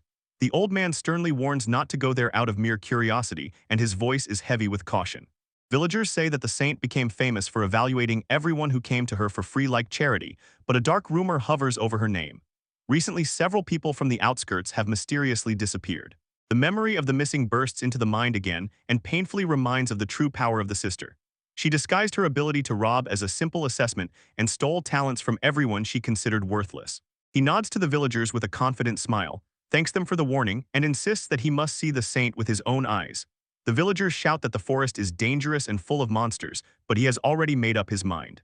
When he was rushing through the dense forest, a monster with a flower instead of a face burst out of the trees and roared deafeningly, while his thoughts silently screamed in pain. Why steal skills from others for a sister who seemed to have everything? With a sharp movement, he releases a powerful stream of wind magic's skills fully withstand the forest dangers. A question still haunts him, a burning secret that drives him onward. The monster is instantly defeated. Dark blood splashes on the ground and on his clothes, but he does not falter passes the roaring creature, his gaze fixed on the path ahead. Leaving behind the body of the beast that melts away, he accelerates even more, and the inner voice echoes his determination. He knows he cannot afford to waste a single minute. His goal is too important. His thoughts slide to the terrible legacy of the sisterly skill plunder. It is a notorious and extremely rare power that only one person can possess at a time, and every previous bearer was a famous thief in the annals of history. He recalls legends about those who came before her. A ruthless king who stole everything to seize the throne, and a corrupted hero who betrayed his comrades and conceived the end of the world. Thy skill was a curse, a path to destruction for anyone who possessed it. A more tender but even more painful memory emerges time when he and his sister embraced a moment of pure innocence. He torments himself with the thought that if only the previous owner of the prey had lived longer, his sister might never have inherited this terrible fate. He sharply shakes this thought from his head, drives it away as an empty and futile fantasy. The past cannot be changed. And now he is looking not for how to turn back time, but for an answer here and now. Why his sister feels that she must rob. He makes his way along a winding forest path, his face carved with fatigue and unwavering will. The journey was long and hard, but he feels he is almost there. Finally, he comes out to the edge of the forest and looks down at the village. He was told about a quiet, lonely settlement, the very place where they say the saint lives. Without hesitating for a moment, he rushed headlong down, racing along the grassy slope towards the town. The time for caution and gathering information was over. Now he would have to face what awaited him. He pauses for a moment to catch his breath, wipes the sweat from his forehead with the back of his hand. A small cut on his cheek, a souvenir from the fight in the forest, reminds him of the dangers he has already overcome. Gazing at the quiet houses, he feels that warm rural nostalgia that painfully reminds him of the lost native town. Pushing this feeling aside, he reminds himself that first of all he must find the saint. He feels he must be extremely careful if this is really a trap. Revealing his true identity will be a disaster, so he decides. The fastest and most reliable way to find her is to pretend to be someone else and quietly question the locals. He hardens his resolve and puts on a new mask as he approaches the village gates, convincing himself that for now he is not a collector of abandoned skills, but just an ordinary traveling merchant. Two guards at the gate looked quite surprised to see a merchant in such a remote place, and he flawlessly played his role, explaining with a friendly smile that he simply hoped to find new trading opportunities. He pretends pleasant surprise and tells the guards that he also heard allegedly the famous Saint Sama lives here, adding that he hoped to get one of her free assessments, inventing the perfect excuse to be here. The faces of the guards lit up. They gladly confirm the rumors and enthusiastically praise how wonderful and beautiful their saint is. He listens to their praises, outwardly calm and restrained, but inside a storm rages. When he asked where to find her, the guards pointed to a house on the hill at the edge of the village and reluctantly added, "Don't come up with strange ideas." Their voices showed confidence that no one would threaten her. He smiles and assures that he will definitely take their warning into account. The guards, however, keep praising the saint, insisting that he is a master of all kinds of powerful magic. When he sets up a small stall in the village square, he realizes why the security was so careless. The villagers told him everything so easily. They have absolute, unwavering faith in the power of their saint and are confident that she is untouchable. The locals do not keep silent. They say that Saint Sama weekly gives everyone free assessments and even advises on how to develop abilities, saying that she is a kind, amazing person whom everyone loves. Carefully, he spoke about rumors of the missing, and the villagers confirmed it without hesitation. But their faith was unshaken. They are completely sure that as long as the saint is with them, the missing will definitely be found and returned alive. He looks at the trinkets on his stall. A shadow falls on his face as he thinks about his sister. These people trust and believe in her so much, completely unaware of the terrible truth. Thanking the people in the town, he packs up and sets off along the path leading out of the village. They tell him that Saint Sama lives in the house on the hill, and this news hits him deeply and anxiously. His thoughts return to childhood, to the times when his biological parents abandoned him. His sister Nissen was always nearby in their house on the hill. Her presence was his only comfort. He recalls childhood fights and how he always came home beaten and bruised to that one person who was waiting for him. He suddenly freezes, eyes wide open in disbelief. Looking at the house before him, it is a cozy two-story house on the hilltop, and the cold realization makes him whisper that this must be some sick joke. His hand clenches into a fist as he approaches the front door. The architecture is undoubtedly and incredibly the same as his childhood home. He takes a deep breath and imagines himself as a traveling merchant who came to meet the saint. When no one answers, he pushes the door and cautiously enters. Inside there is silence, the air thick with anticipation as he moves from the hallway into the main room. Shelves with books stretch along the room as he remembers, but everything is covered in dust. Suddenly, a ghostly memory flashes before his eyes. His sister shines with a smile, carrying a stack of books. He stands frozen in the center of the room, his eyes darting in panic. Every detail, from the placement of windows to the arrangement of furniture, is an exact copy of the house he lost. His eyes freeze on the painting on the wall, and the last crumbs of calm scatter before him comes to life a vivid memory of how, as a little boy, he helped his sister hang that very painting in that very spot. He goes deeper into this impossible house, his voice trembling as he calls his sister. A deep sense of horror guides his steps as he approaches the bottom of the stairs. Breath stuck in his throat as he calls her again, the voice barely a whisper. The familiar shape of the wooden railing seems at once a memory and a nightmare come alive. And there, at the top of the stairs, stands a lonely figure with her back to him, her long blonde hair cascading down her back. And the room she stands in is an office filled with books and bathed in soft ethereal light. The camera lingers on her feet, elegantly placed on the wooden floorboards. The silence in the house is absolute, broken only by his hoarse breathing. Slowly she turns to him, a gentle welcoming smile playing on her lips, and her facial expression is quiet, peaceful acceptance, as if she had been waiting for this very moment. She places a delicate hand on her heart. Their gazes meet across the distance, and with a soft, calm voice she confirms his deepest fears and hopes, welcoming her dear brother home. The young man stood in the dim office, where the smell of old paper and dust hung thick in the air, and looked at the woman who had the face of his sister. Tall bookshelves along the walls cast long shadows that seemed to dance and twist like reflections of the unrest swirling in his stomach, and the title of the chapter hanging in the air finally confirmed his deepest fear. Before him stood an impostor. A strange, anxious smile appeared on her face. The warmth he knew so well vanished from her eyes, and the illusion shattered. Only a cold, frightening feeling remained that before him was a complete stranger. A ghost, an imitator in the mask of a loved one for some unknown sinister purpose. He gathered courage, his voice firm despite the trembling confusion passing through him, and cautiously asked if she was the same holy Sama whispered about by the villagers, a respected figure who had settled in this quiet town. He needed answers, and this seemed the only thread he could pull. Waving her hand with a light, almost playful gesture, she admitted that she was only imitating a true saint, the pale shadow of her supposed perfection. When he insisted and asked if she knew his sister, her face changed to fanatically reverent, and she corrected him, explaining that a simple no could not convey the depth of her feelings because they lay on a completely different level of being. Her hands clasped near her heart, her eyes shone with anxious, devout radiance. She began enthusiastically praising the saint, describing her as a wise and noble being who possessed the power of everything, a goddess among mortals, and confessed that her adoration was so deep that she even copied the saint's appearance, proof of her absolute devotion. Leaning forward conspiratorially, with a spark of pride mixed with a desperate need for approval in her gaze, she asked his opinion. She wanted to know if her imitation was convincing and if she resembled enough the woman she so clearly idealized. He stepped back a step. Her fanaticism made him very uneasy. He agreed that from afar the resemblance was stunning and he could easily be deceived, but quickly brushed off the compliment. His face hardened and he demanded to know where the real sister was. The woman turned her back to him, her posture radiating superior arrogance. She laughed scornfully at the very thought that his sister, the very Her Excellency, could ever be found in such a miserable, remote village, and generally claimed that such a person would not even be in this country. She settled into the chair, took a dominant pose, and her smile widened into a sinister grimace. With eerie pleasure, she revealed a secret that could shake the world. The saint had already conquered an entire country on the continent, and her ambitions did not end there. Now she was actively planning to conquer the whole world. That word hit him like a slap in the face. His eyes opened in pure shock. His mind stumbled, unable to reconcile the image of a kind sister with the portrait of a ruthless, power-hungry tyrant. It seemed the impostor enjoyed his stunned silence, continuing the story with a self-satisfied expression. She confirmed that his sister was too busy with her grand ambitions to waste time on him. He only stammered, trying to form something like a coherent question before this incredible revelation. He felt as if the whole world was collapsing beneath him as he tried to comprehend.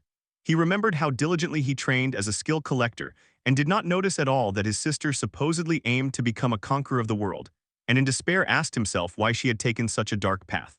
The woman looked down on him, her face combining pity and contempt. She could not understand how he, the younger brother of that saint, could not know the true character and intentions of his sister. She declared that, being just a simple admirer, she understood that saint much better than he did, even though they shared blood. Leaning closer, her voice dripped with poison as she delivered the final cruel verdict to the sister: he was nothing special at all. But his spirit did not break so easily. He stood his ground, his gaze firm, looking past her at the silent bookshelves as if they were watching, and said that precisely because he did not understand her, he was not going to give up and would continue to search for clues about what had happened to her. His eyes narrowed, filled with unwavering determination. He did this not as a stranger or mere acquaintance, but as a close persona bond that stood above any simple admiration or worship. His words ignited a fierce spark in the eyes of the impostor. Her cheerful mask melted away and revealed the core of pure anger. Lightning crackled between her fingers. She hissed at his, as it seemed to her, arrogance, and could not comprehend that he truly believed supposedly he alone was special to the saint. The air became oppressive with threat. One word, unpleasant, echoed in her thoughts, and the scene shifted outside to a cozy house, a silent witness to a storm of violence that was about to break out within its walls. Suddenly, a huge lightning bolt broke through the roof and struck exactly where he had stood just a minute ago. The floorboards shattered into splinters. He was forcefully thrown back by the shockwave, and a cry of pain burst from his throat. He fell in a heap outside, his body aching, and he stared at the smoking hole in the house. The attack was instantaneous and absolutely deadly, had no doubt left. This woman wanted to kill him. In the ruined room, the impostor stood, surprised to have survived her first attack. He instantly checked himself and realized that his stored skills had saved him. Instinct, barrier, and leap worked subconsciously and allowed him to dodge the deadly magic at the last moment. He recalled the peasant's words that Saint Sama possessed various magic, and now the impostor confirmed it. She coldly delivered a message from the very Saint Sama, declaring that she was allowed to deal with any troubles as she pleased, and her hand was already making a gesture as if preparing another spell. Her voice dropped to a cold, murderous whisper as she offered to erase him from existence for Her Majesty's sake, and a whirlpool of water spun around her, and he prepared for the next magical attack. The water vortex lunged at him, but he reacted instantly, raised a level 30 barrier and repelled the attack, and through the magical shield he shouted to her, begging that he only needed to learn about the sister. The powerful water spell crashed into his shimmering barrier. The force of the blow testified to her strength, and he grimly understood. She was not testing him, she wanted to kill. Brushing off his skills as a minor annoyance, she ordered him to die. A sadistic smile played on her lips as she watched him suffer, clearly enjoying her power over him. She mockingly teased him, asking how he even planned to cope with her next attack while the water began to change shape. A wave of water broke through his barrier and pressed him into a tight liquid cage that suffocated and prevented breathing, and a chilling thought flashed through his mind. Did she, like his sister, have the ability to steal abilities from others? He instantly rejected that thought, clinging to one unshakable truth about rare skills. The skill of robbery was unique in any era. There could be only one bearer of it, and as long as his sister was alive, it was impossible for this impostor to have the same ability. His lungs burned from lack of air, water pressed on him, and his mind frantically searched for a way out. He felt completely helpless. He could not understand where her strength came from because he had no way to analyze her skill. He desperately tried to activate the skill of evaluation, but the powerful force completely drowned it out. His eyes instantly glanced at her neck. There shimmered a star-shaped necklace, an ancient relic, just like the one his sister's therapist had, and he immediately understood. It was the obstacle. Realizing that the necklace was the key, he desperately summoned a gust of wind magic to open a crack. The storm winds pushed the suffocating water back and gave him a precious moment to breathe and plan the next move. The woman was momentarily impressed by his ingenuity and noticed that he had repelled her attack. He knew. The only chance was to get close and snatch that necklace, but doing so against a mage who strikes from afar was too difficult. Her eyes again flared with a fanatical gleam.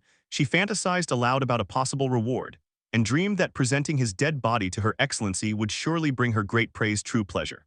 Hearing this, his resolve hardened like steel. He knew he was taking an incredible risk, putting his own life on the line, but he saw no other way and rushed at her just as thick, thorny vines burst from the floor to stop him. The vines wrapped around his body like snakes. Their thorns pierced his flesh and tore his clothes, while the impostor looked on with a haughty, victorious smile and declared that he was doomed and she would finish him off now. But this was the moment he had been waiting for. He pulled a silver medallion from his pocket, clicked it open. Inside was a photograph dear to his heart of him and his sister in childhood, and the sight of this photo made the impostor freeze. Her attention scattered and the impending attack faltered. And in that single moment of hesitation, he roared and activated the skill to instantly teleport. The world around him blurred, and he vanished from her sight, taking advantage of that decisive moment he himself had created. In less than a moment, he reappeared right behind her, his hand reaching for the source of her power. Her eyes widened in panic as she realized her mistake, and he coldly said that he finally saw her skill. Before his eyes appeared a phantom panel revealing her true ability, Mimicry Robbery Level 20. It was not a real skill, but only a copy, and beneath it hung a list of all the magic she had borrowed from peasants. With one jerk, he tore the protective necklace from her neck. His skill in assessment finally broke through her defense. His assumption about her ability to imitate was confirmed when she gasped in outrage and began demanding the return of the precious gift she had received from His Excellency. She lunged at him in a confused, desperate attempt to snatch the necklace, her composure completely gone. He easily dodged her clumsy attack, grabbed her, and using superhuman strength and binding skills, threw her to the floor, pinning her down, and coldly said that blind panic had made her completely lose her vigilance. He shook the medallion in front of her face, showing the depth of his knowledge, explained that her mimicry skill could copy only one known technique at a time, and then made a stunning offer he would give her his own looting skill. The woman froze at his insight, but he did not remain silent. After parting with his sister, he obsessively studied robbery, even suggesting that skills like resistance might block it, and was eager to test it. Finally, she broke down, shouted at him to shut up. Her face became a mask of bitter disappointment, and she spat that it did not matter because her mastery was and always would be only imitation. A painful memory surfaced, showing her as a little, lonely girl. She remembered copying lightning magic simply because it seemed cool to her, and dreamed of only one thing: to become a powerful sorceress like other children. But her attempts to fit in met with mockery and cruelty. Other children fell on her, calling her dirty imitator, and pushing her away because of her unique ability. They threw stones at her, their insults echoed in her head, calling her trash and scum. She was mercilessly mocked and tormented for the very skill she was born with. Lying in the dirt, with tears running down her face, she screamed at the world that seemed so unfair to her, desperately not understanding why she could not choose her skills, and sobbing over the cruel fate to be born with the ability to copy. Then a gentle hand touched her head. She raised her eyes and saw a saint who told her not to humiliate herself and assured her that her skill was not worthless. And then, in a generous gesture of kindness, encouraged her to try to imitate her own looting skill and promised to always stand by her side. The memory blurred and returned him to reality. He squeezed her hand tighter. His voice became low and urgent again, demanding and ordering her to say where his sister was, reminding her of his vast arsenal of skills. But her spirit, tempered by loneliness and reforged by fanaticism, was unshakable. She looked at him with a clear challenge, making it clear that he had no chance and that the outcome was not in his hands. He decisively replied that the result would only be known at the very end. But as soon as he said this, his skill, intuition, screamed a warning about an inevitable, overwhelming danger. A terrible dark energy burst from her body in a wild, uncontrollable explosion. The entire house was instantly destroyed. The structure was torn to pieces in a catastrophic explosion of raw, unrestrained power. He was thrown into the air like a rag doll, helplessly tossed among the storm of splintered wood and broken stones. The woman stood at the epicenter of the explosion. Her body was consumed by the very force she released in the last desperate surge. He fell to the ground, his body mangled and bloody, but his endurance and barrier skills saved his life once again. And he got up, groaning in pain, surveying the complete devastation around. He staggered to his feet and, with disbelief in his eyes, looked at the smoking crater where the building once stood. He could not comprehend how destructive the force she had just unleashed was. Digging through the rubble, he came across her lifeless body. It was clear that she had cast a powerful self-destruction spell, sacrificing her life to try to take him with her. Clenching the star-shaped pendant, he felt an icy truth overwhelm him. This was not just obsession, but pure unrestrained fanaticism, and he felt a chill because his sister kept someone so dangerously devoted close to her while she herself planned to conquer the world. From a row of trees on the outskirts of the village, a solitary figure in a cloak indifferently watched as people began running toward the column of smoke and debris. And that figure, a true saint, said with cold detachment that the woman had died. She acknowledged that her follower was strong and it was regrettable, but in the end, it was her own choice. Her last thought was, the fanatical servant fulfilled her greatest desire to die for her master. When there was nothing left to watch, the saint turned her back to the chaos she had caused herself and silently disappeared into the forest thicket. The young man sits alone in a quiet tavern, finishing his food and replaying recent encounters in his mind. While above him floats a card with a headline like a silent announcement that this brief moment is just a pause, emphasizing the danger and unpredictability of skill checks. He quietly pondered the unique abilities of the sister he met, and in his imagination her ghostly image barely took shape. Her skills truly impressed. Charm, attractiveness, and seduction were at level 7, paradoxically combined with level 5 insensitivity. He continued to marvel at this strangeness of the world and decided that reality is often much stranger than any fiction. Although he knew many skill combinations from psychological tricks to outright magic, he could not imagine anything like what the nuns did, and a spark of curiosity ignited within him, so he decided to conduct a small experiment on himself. A determined expression appeared on his face. He decided to replicate her skill set on himself. He wondered what would happen if he simultaneously activated charm, attractiveness, seduction, and insensitivity. Possible consequences were a mystery, and his curiosity was too strong to ignore. Having decided, he glanced at his reflection. Nothing changed on the surface, and convinced the experiment was ready, he called the waitress over to pay. He stands and leans toward the waitress. As soon as the abilities activate, their magic begins to work. He simply asks for the bill and his backpack, and his movements and voice acquire a strange, almost magical attractiveness that instantly captures the girl's attention.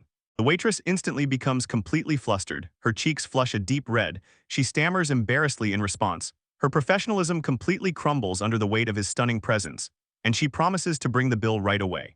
He gives her a gentle, disarming smile and thanks her for the food, completely unaware of the destructive effect he is having.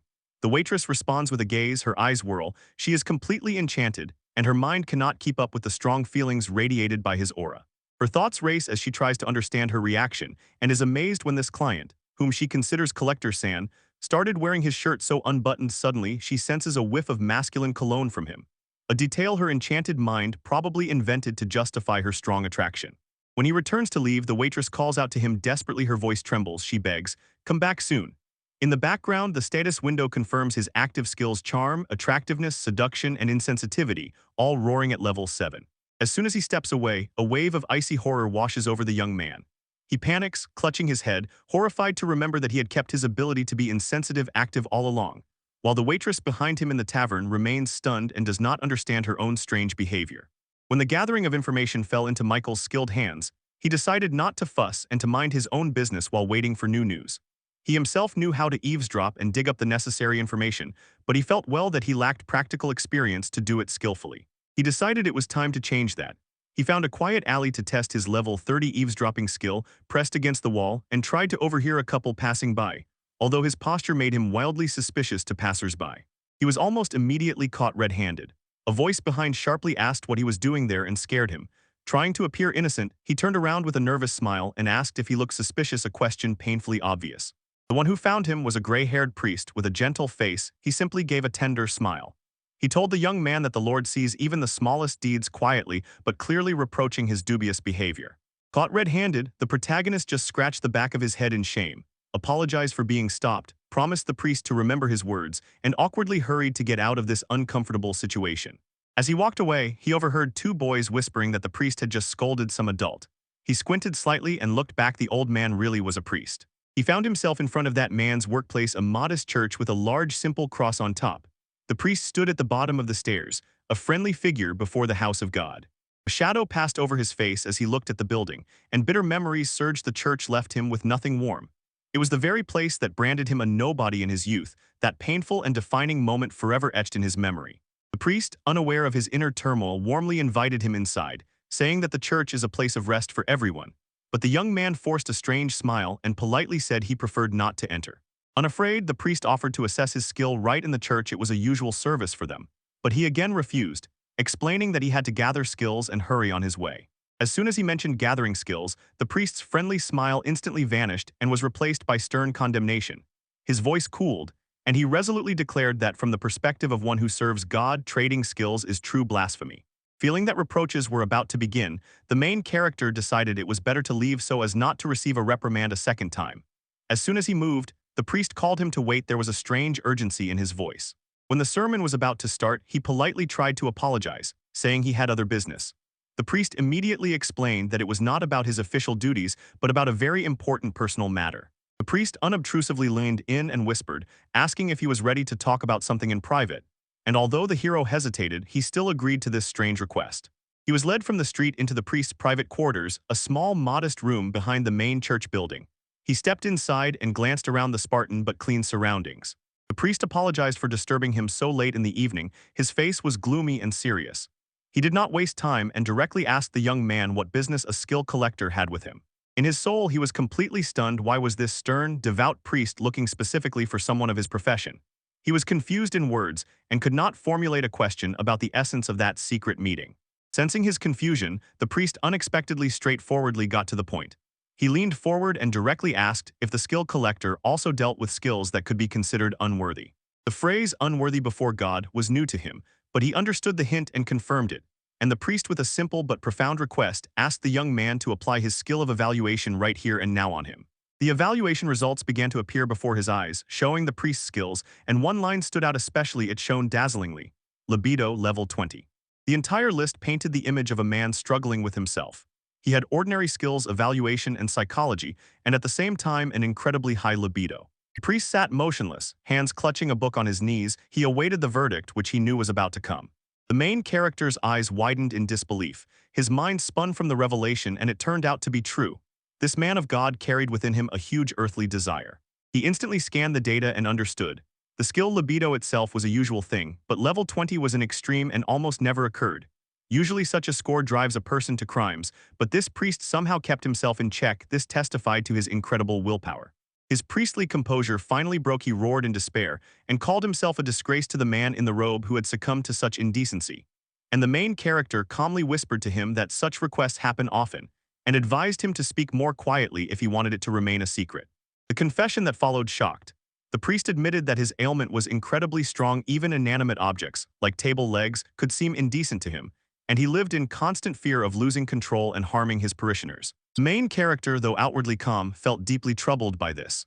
After a minute of thought, he explained that buying a skill of such a high level was currently beyond his means, suggested returning another day to complete the deal, and the priest gratefully agreed.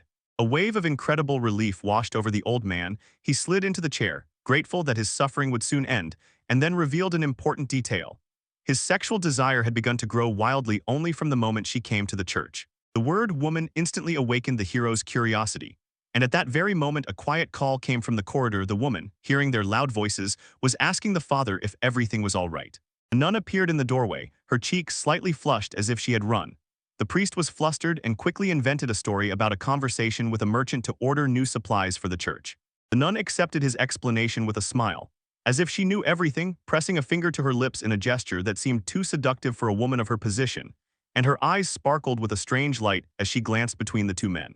Suddenly she quietly screamed, stumbled over her own feet, and fell dramatically. Her black habit flew up during the somersault, revealing to the main character a completely uncovered view that utterly stunned him. The priest immediately rushed to her, sincerely concerned, asking if she was hurt. She only apologized for the disturbance and explained that she had stumbled and needed help getting up. His suspicions flared, and the main character activated his evaluation skill. He was convinced the fall was not accidental. The results that appeared before him shocked. Powerful combination of abilities: Charm level 7, Lure level 7, and Rose level 7. But the last skill on the list was the most confusing of all. By sensitivity level 5, the protagonist stood puzzled, completely unable to comprehend such a contradictory set of skills. The nun, still lying on the floor, for a moment clearly thought about the strange combination of abilities. Even a succubus would not be so straightforward. And this proved that she, at whatever level, was aware of the power she possessed. Both the priest and the main hero froze in place, their faces flashing with shock and shame. In a moment, the nun simply apologized and left, leaving them in stunned silence.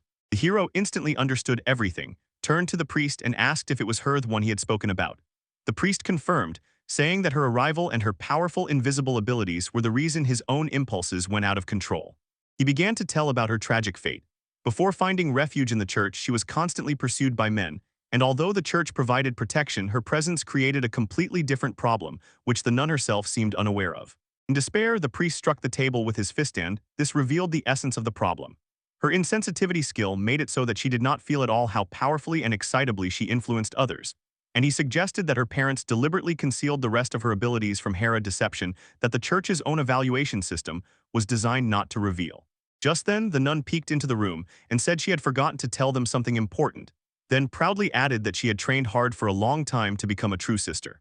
At first, the priestess was happy, but suddenly that joy turned into pure horror when she continued, explaining that she wanted to test a new skill that she thought she had mastered: evaluation, and the first person she was going to evaluate was herself. She was simply on cloud 9 with excitement, believing that to the only skill she considered her own insensitivity recognition had been added, and the two men could only watch, their faces pale with horror at the inevitable disaster. She cheerfully said good night and left them in panic. The priest whispered that this was the worst thing that could have happened, because if she found out the truth about her abilities, the consequences would be catastrophic. A whole week passed, the city went about its business under the calm sky of the 4th. The hero returned to the church with cash in hand, ready to complete the deal and buy the libido skill from the priest. But at the threshold, he was met by the priest empty and confused, who quietly said that now was not the time. The old man's face became a mask of despair as he shouted the sister's name. In a choked voice, he delivered the terrible news. She was gone. Chaos reigned in the churchyard. A search party was organized, and the priest explained that she had disappeared that very morning without a trace. On her perfectly made bed lay a single sheet, a confession that tore the heart. In it, she called herself a disgrace to her faith and wrote that she must be punished for her stained nature. The heroine quickly understood everything probably. She was able to assess herself and reveal the truth. And he put aside his affairs and told the priest that their main task now was to find a devout believer. He instantly activated his skills, combining level 30 presence detection and sent to track her trail, and closed his eyes, focusing all his senses on a desperate attempt to find her before it was too late. The search led him to the edge of a dark, threatening forest on the outskirts of the city, and a chill ran down his spine. No one would voluntarily enter such a gloomy place, so the sister consciously sent him there. He returned to the priest, his voice trembling with anxiety, warning that they needed to hurry because he was afraid. If they did not find her soon, something terrible would happen. Deep in the oppressive darkness of the trees, the sister stood under a sturdy branch, clutching a rough rope in her hands, whispering a prayer for forgiveness. Her soul was broken, and she was preparing to end her life. Suddenly, the main character's presence sensor flashed, pinpointing her location, and he shouted that he had found her just at the moment when the priest cried out her name, his voice breaking with fear and despair. They burst into the clearing just in time to see her throwing a coarse homemade noose over her neck. Her face pale, tear-streaked, eyes empty, she had resigned herself to her fate. Without hesitation for a moment, the main character released a blade of wind magic that cleanly cut the rope. And when the sister stumbled, the priest rushed forward and caught her in a desperate embrace. She struggled from him, sobbing that she never knew she had such dirty, unholy abilities. She begged him to let her go, to allow her to complete her last terrible act of atonement. In panic, she tore at her nun's habit, ripping the fabric in despair. She screamed that she could no longer live and was unworthy to stand before God. The priest held her firmly, his voice cutting through her despair. He looked her straight in the eyes and said that if she was unworthy, then he was unworthy too. The main heroine suddenly made a strange tactical remark. She pointed out that her clothes were torn and she looked completely indecent right now, and this so unexpectedly killed the sister's hysteria for a moment. The priest seized the opportunity and persistently asked the sister to use her new gift and test it. He wanted her to see the truth. She was not the only one bearing the burden of her, in her opinion, stained skills. Her eyes full of tears widened as she focused on him, and her ability to assess worked. The priest met her gaze without trembling, ready to reveal his most secret, most shameful secret. He calmly and clearly told the truth so that she could see and hear it, and frankly admitted. His own libido skill was level 20. He asked if she was not afraid when someone so dangerous touched her, someone like him. While he spoke, her own assessment noticed an important detail. The priest's mind skill was also at level 20, the only thing restraining his incredible desire. A tear rolled down the priest's eye as he apologized for scaring her, confessing that he himself was an imperfect, stained person, and he looked away, unable to bear the shame of his confession. He explained his initial plan, how he tried to restrain desire by willpower and how he wanted to rely on the merchant to completely erase the skill. But now, looking at the sister's despair, he decided otherwise. With a voice full of new confidence, he said that all skills are God's gifts, even those that seem stained, and these trials must be accepted and overcome, because this is the test God has set before them. He extended his hand, his face soft but resolute, and asked her to go through this trial with him. He did not offer a cure, but simply promised to be by her side on the difficult path ahead. Hope flared again in the sister's eyes as she tearfully took his hand, and admitted that she was wrong. She agreed to walk this path with him. At that moment, the scene seemed to transform into a sacred fresco of two saints finding salvation, surrounded by a heavenly choir of angels. They vowed to continue as servants of God, and their faith was reborn and strengthened by shared vulnerability. Observing from the side, the hero could only dryly think. The scene really resembled a passage from the Holy Scripture, if not for the huge sweat stains soaking the back of the priest's cassock. He put his hand to his face. The truth of the situation hit him with full force. The priest decided to overcome his skill, not to buy it, and the negotiations completely and utterly failed. Returning, the renewed priest and sister warmly thanked him for the help, but he barely caught their words. One thought was spinning in his head. All his efforts turned out to be in vain and brought nothing. They friendly invited him to visit the church again and offered help if ever needed. He answered vaguely, evasively, still not recovering from that strange turn of events. Walking away from the church, he felt a strange excitement. Although the business deal failed, it seemed to him that now he understood the people in that house a little better and felt an unusual connection to the place he once hated. The young woman explained that Sumir-chan told her about his strange case, and she came for advice because she heard he was well versed in those strange powers called skills. The hero confirmed his profession. He is a collector of useless skills he deals with and ready to help as much as he can. She began the story simply. She recently inherited a plot from a relative, but there was something deeply disturbing and strange on that land. While she spoke, the overhead view shows the trio sitting in a quiet cafe, and the atmosphere becomes tenser as she tells about the disturbing rumors surrounding these lands. She explained that if anyone, even herself, approached that place, their head would start spinning and they would feel sick, and the neighbors whispered that a homeless man with a strange skill had settled there. As a simple trader, she felt powerless to solve this matter and apologized for turning to him with such an unusual request. But Samir intervened, saying that her friend was really in trouble and he was the only one she could rely on. Seeing the sincere pleas of both women, he took on the case without hesitation, said he would inspect the place, and asked her to lead. They rode by carriage for some time. The rural landscape passed by, all three sat together, and the weight of where they were heading hung in the air. Soon the young merchant pointed ahead and joyfully declared that we had arrived. A small village nestled against the hills was visible ahead. Having disembarked and approached closer, they saw a strange ruined tower, precariously emerging on the edge of a jagged cliff and standing apart from the entire town. Sumir immediately felt a heavy, oppressive sensation emanating from the ruin, and the client quickly confirmed it was indeed the source of the problem. The female client said that the tower had already stood there when she inherited the land, and people nearby felt especially bad, so she just wanted to demolish it. Almost certainly someone lived inside. Activating his presence detection skill, the ability collector confirmed her suspicions. Only one extremely powerful entity was felt in the half-ruined structure. The female client began describing specific problems, explaining that she and her neighbors experienced strange phenomena when they got too close, things their eyes saw, but were not really there.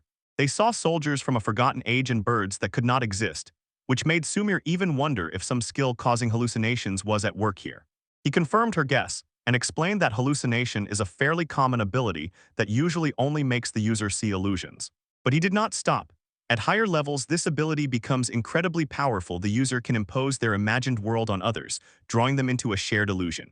The two women listened with anxious expressions on their faces, understanding what the appearance of a master of such a powerful skill here would lead to. If hallucinations were really the cause, then someone who settled in the abandoned house actively uses this power, and because of this it becomes almost impossible to approach there. The skill collector did not lose his composure. He took the matter into his own hands, because he believed that his unique abilities would cope with the illusions and perhaps even allow him to buy out this annoying ability from the one who caused it.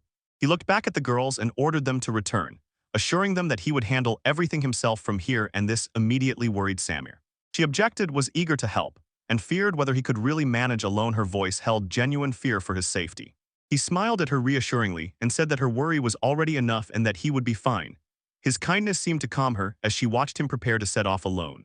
Getting ready, he cautiously crept forward, his ability to sense presence fully activated and keeping him alert to the slightest changes around.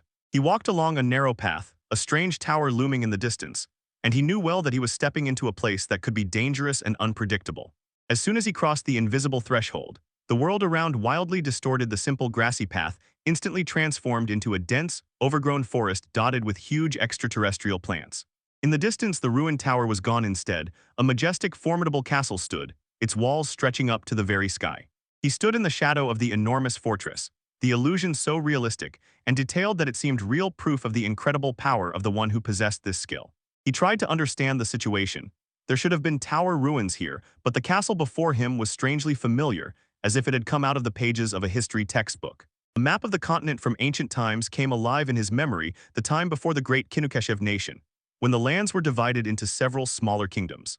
With a shudder, he realized this was once the kingdom of Rapi estate that fell 500 years ago, and he immediately asked himself whether this was a real hallucination or if he had somehow traveled into the past. He quickly dismissed the idea of time travel. He knew that only one unique skill in the world could rewind time, so a powerful hallucination was the only logical explanation. The scale of the illusion was impressive, and he wondered who could possess such power when suddenly a sharp voice shouted, "What are you doing here?" He turned around and suddenly found himself surrounded by soldiers in armor, their spears and halberds looming over him, and the figures seemed entirely real, though they were merely illusions. He tried to apologize and explain himself, but the soldiers did not respond. Their programmed minds could not hold a real conversation. One of the guards, noticing his modern clothes, accused him of being a remnant of the kingdom of Rapi, and there was a bitter historical irony in his words.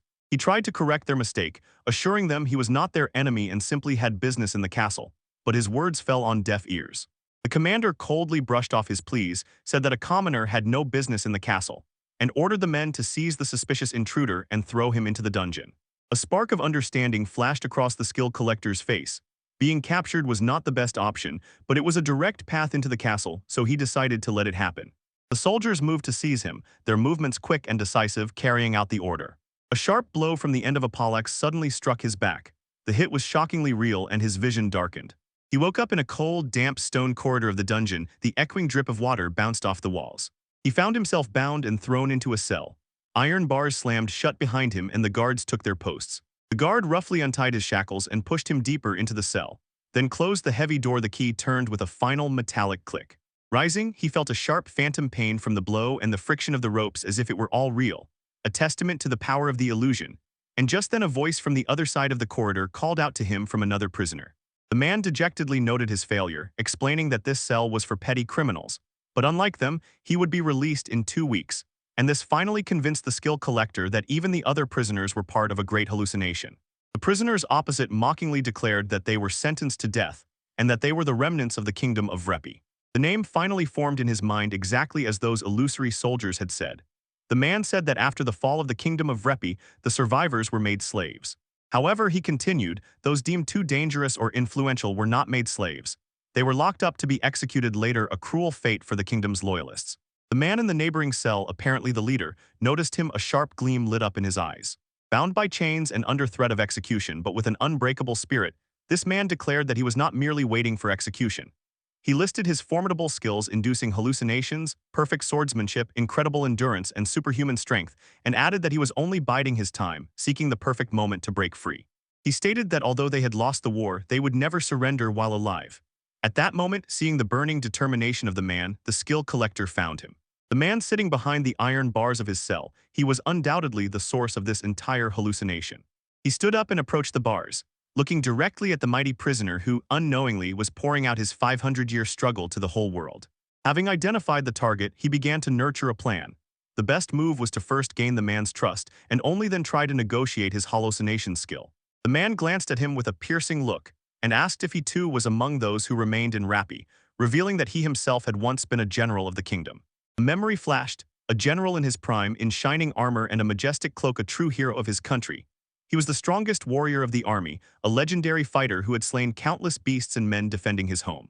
The piercing gaze of the general fixed on him. He saw that the young man's eyes still burned with fighting spirit.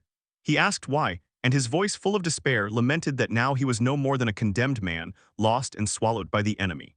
He explained that his spirit refused to die because too much remained unfinished, and suddenly memories flashed in his mind of the time when he was a respected leader and planned battles together with loyal soldiers.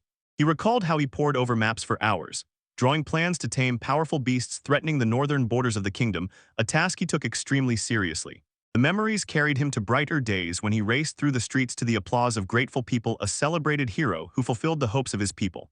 And then his thoughts stopped on the fateful day at the Lord's estate, where he met a very special person. He remembered how he froze on the grand veranda when a barely audible sound suddenly caught his attention. From behind a column, a small, curious girl peeked at him, and he gently asked if she was the daughter of this house. Instead of being shy, the girl boldly approached him directly, grabbed his armored glove, and with stunning straightforwardness asked if he was strong. The embarrassed maid rushed to pull the child back, hastily apologizing for her excessive boldness. But the general only confirmed that he was, and proudly proclaimed his victories over monsters and even over an enemy general. The girl looked at him with a worryingly serious expression, and then quietly asked if he could kill her too. Embarrassed by such a grim request from the child, he knelt down and gently told her not to rush to die, to live first and see the world. When she asked if he would kill her when she grew up, he could not promise that. But he did promise her a simple thing on a whim to the strange little girl, that someday he would come to meet her again. The memory faded, and the general found himself again in the cold darkness of the cell, his face becoming a mask of pure agony, for the flame of the lost past swirled around him, and gasping, he whispered that they had taken everything from them, absolutely everything. The skill collector listened from his cell. His face darkened. He felt the deep tragedy of this story. He knew that the truth was much harsher than the general imagined. The war did not happen yesterday, but 5 centuries ago, yet that man spoke of it as if it were happening right now. However, the general remained defiant. His voice rang powerfully as he swore to break free and restore the former glory to the Repi kingdom. A wave of pity washed over the skill collector. He knew that telling this man the truth would be cruel and painful, but it was a truth that had to be spoken. Activating his resistance to statuses, the illusory rope that held him dissolved as if it had never existed, and with a quiet click the lock on the cell door opened, leaving the general stunned and confused. He stood in the open doorway, stretched out his hand, and told the old warrior that it was time to leave this prison, for outside awaited a world he would have to face. The general stared, not believing his eyes, and demanded to know what he was doing as the very illusion began to tear and ripple around them. The stone walls of the dungeon dissolved in the light, and 500-year-old memories shattered like glass. Suddenly they found themselves not in a castle, but among the ruined remains of a stone tower, from which there was a view of a quiet modern village, completely unfamiliar to the general. The old warrior trembled, unable to comprehend what he saw, and the skill collector threw out one last stunning truth. The kingdom of Rappi fell 500 years ago, and the land beneath their feet now belongs to the largest state on the continent Kinnikashiv. The general shouted that it was impossible, but everything became clear. He had probably died long ago, and his restless grief had tied his soul to this place, feeding on his own skill. The girls returned, and the client added that the former landowner told her. Whenever someone entered the plot, things appeared that could not exist, and this only confirmed the ghostly nature of those phenomena. The burden of 5 centuries fell upon the general when he finally understood. The soldiers, the castle, the prison, all of this he created, and in reality nothing from his era remained. The name of his curse, his ability to induce hallucinations, hung in the air like a ghost. He fell to his knees and whispered that all he had ever wanted was to protect his people. Crushed by grief that had rotted for half a millennium, he fell, grabbed his head, and sobbing, blamed the very skill that preserved his memory for his endless torment. Looking at the agony of the spirit, the skill collector knew what he had to do. He could not erase the man's pain, but he could at least offer him release from the curse that held him here. He approached the spirit, who was kneeling, and directly asked the general to allow him to buy his ability to create hallucinations. The general raised his eyes, puzzled. So the young man explained his unique ability to buy skills from others, and assured the spirit that any skill, even cursed, could be useful depending on how it was used.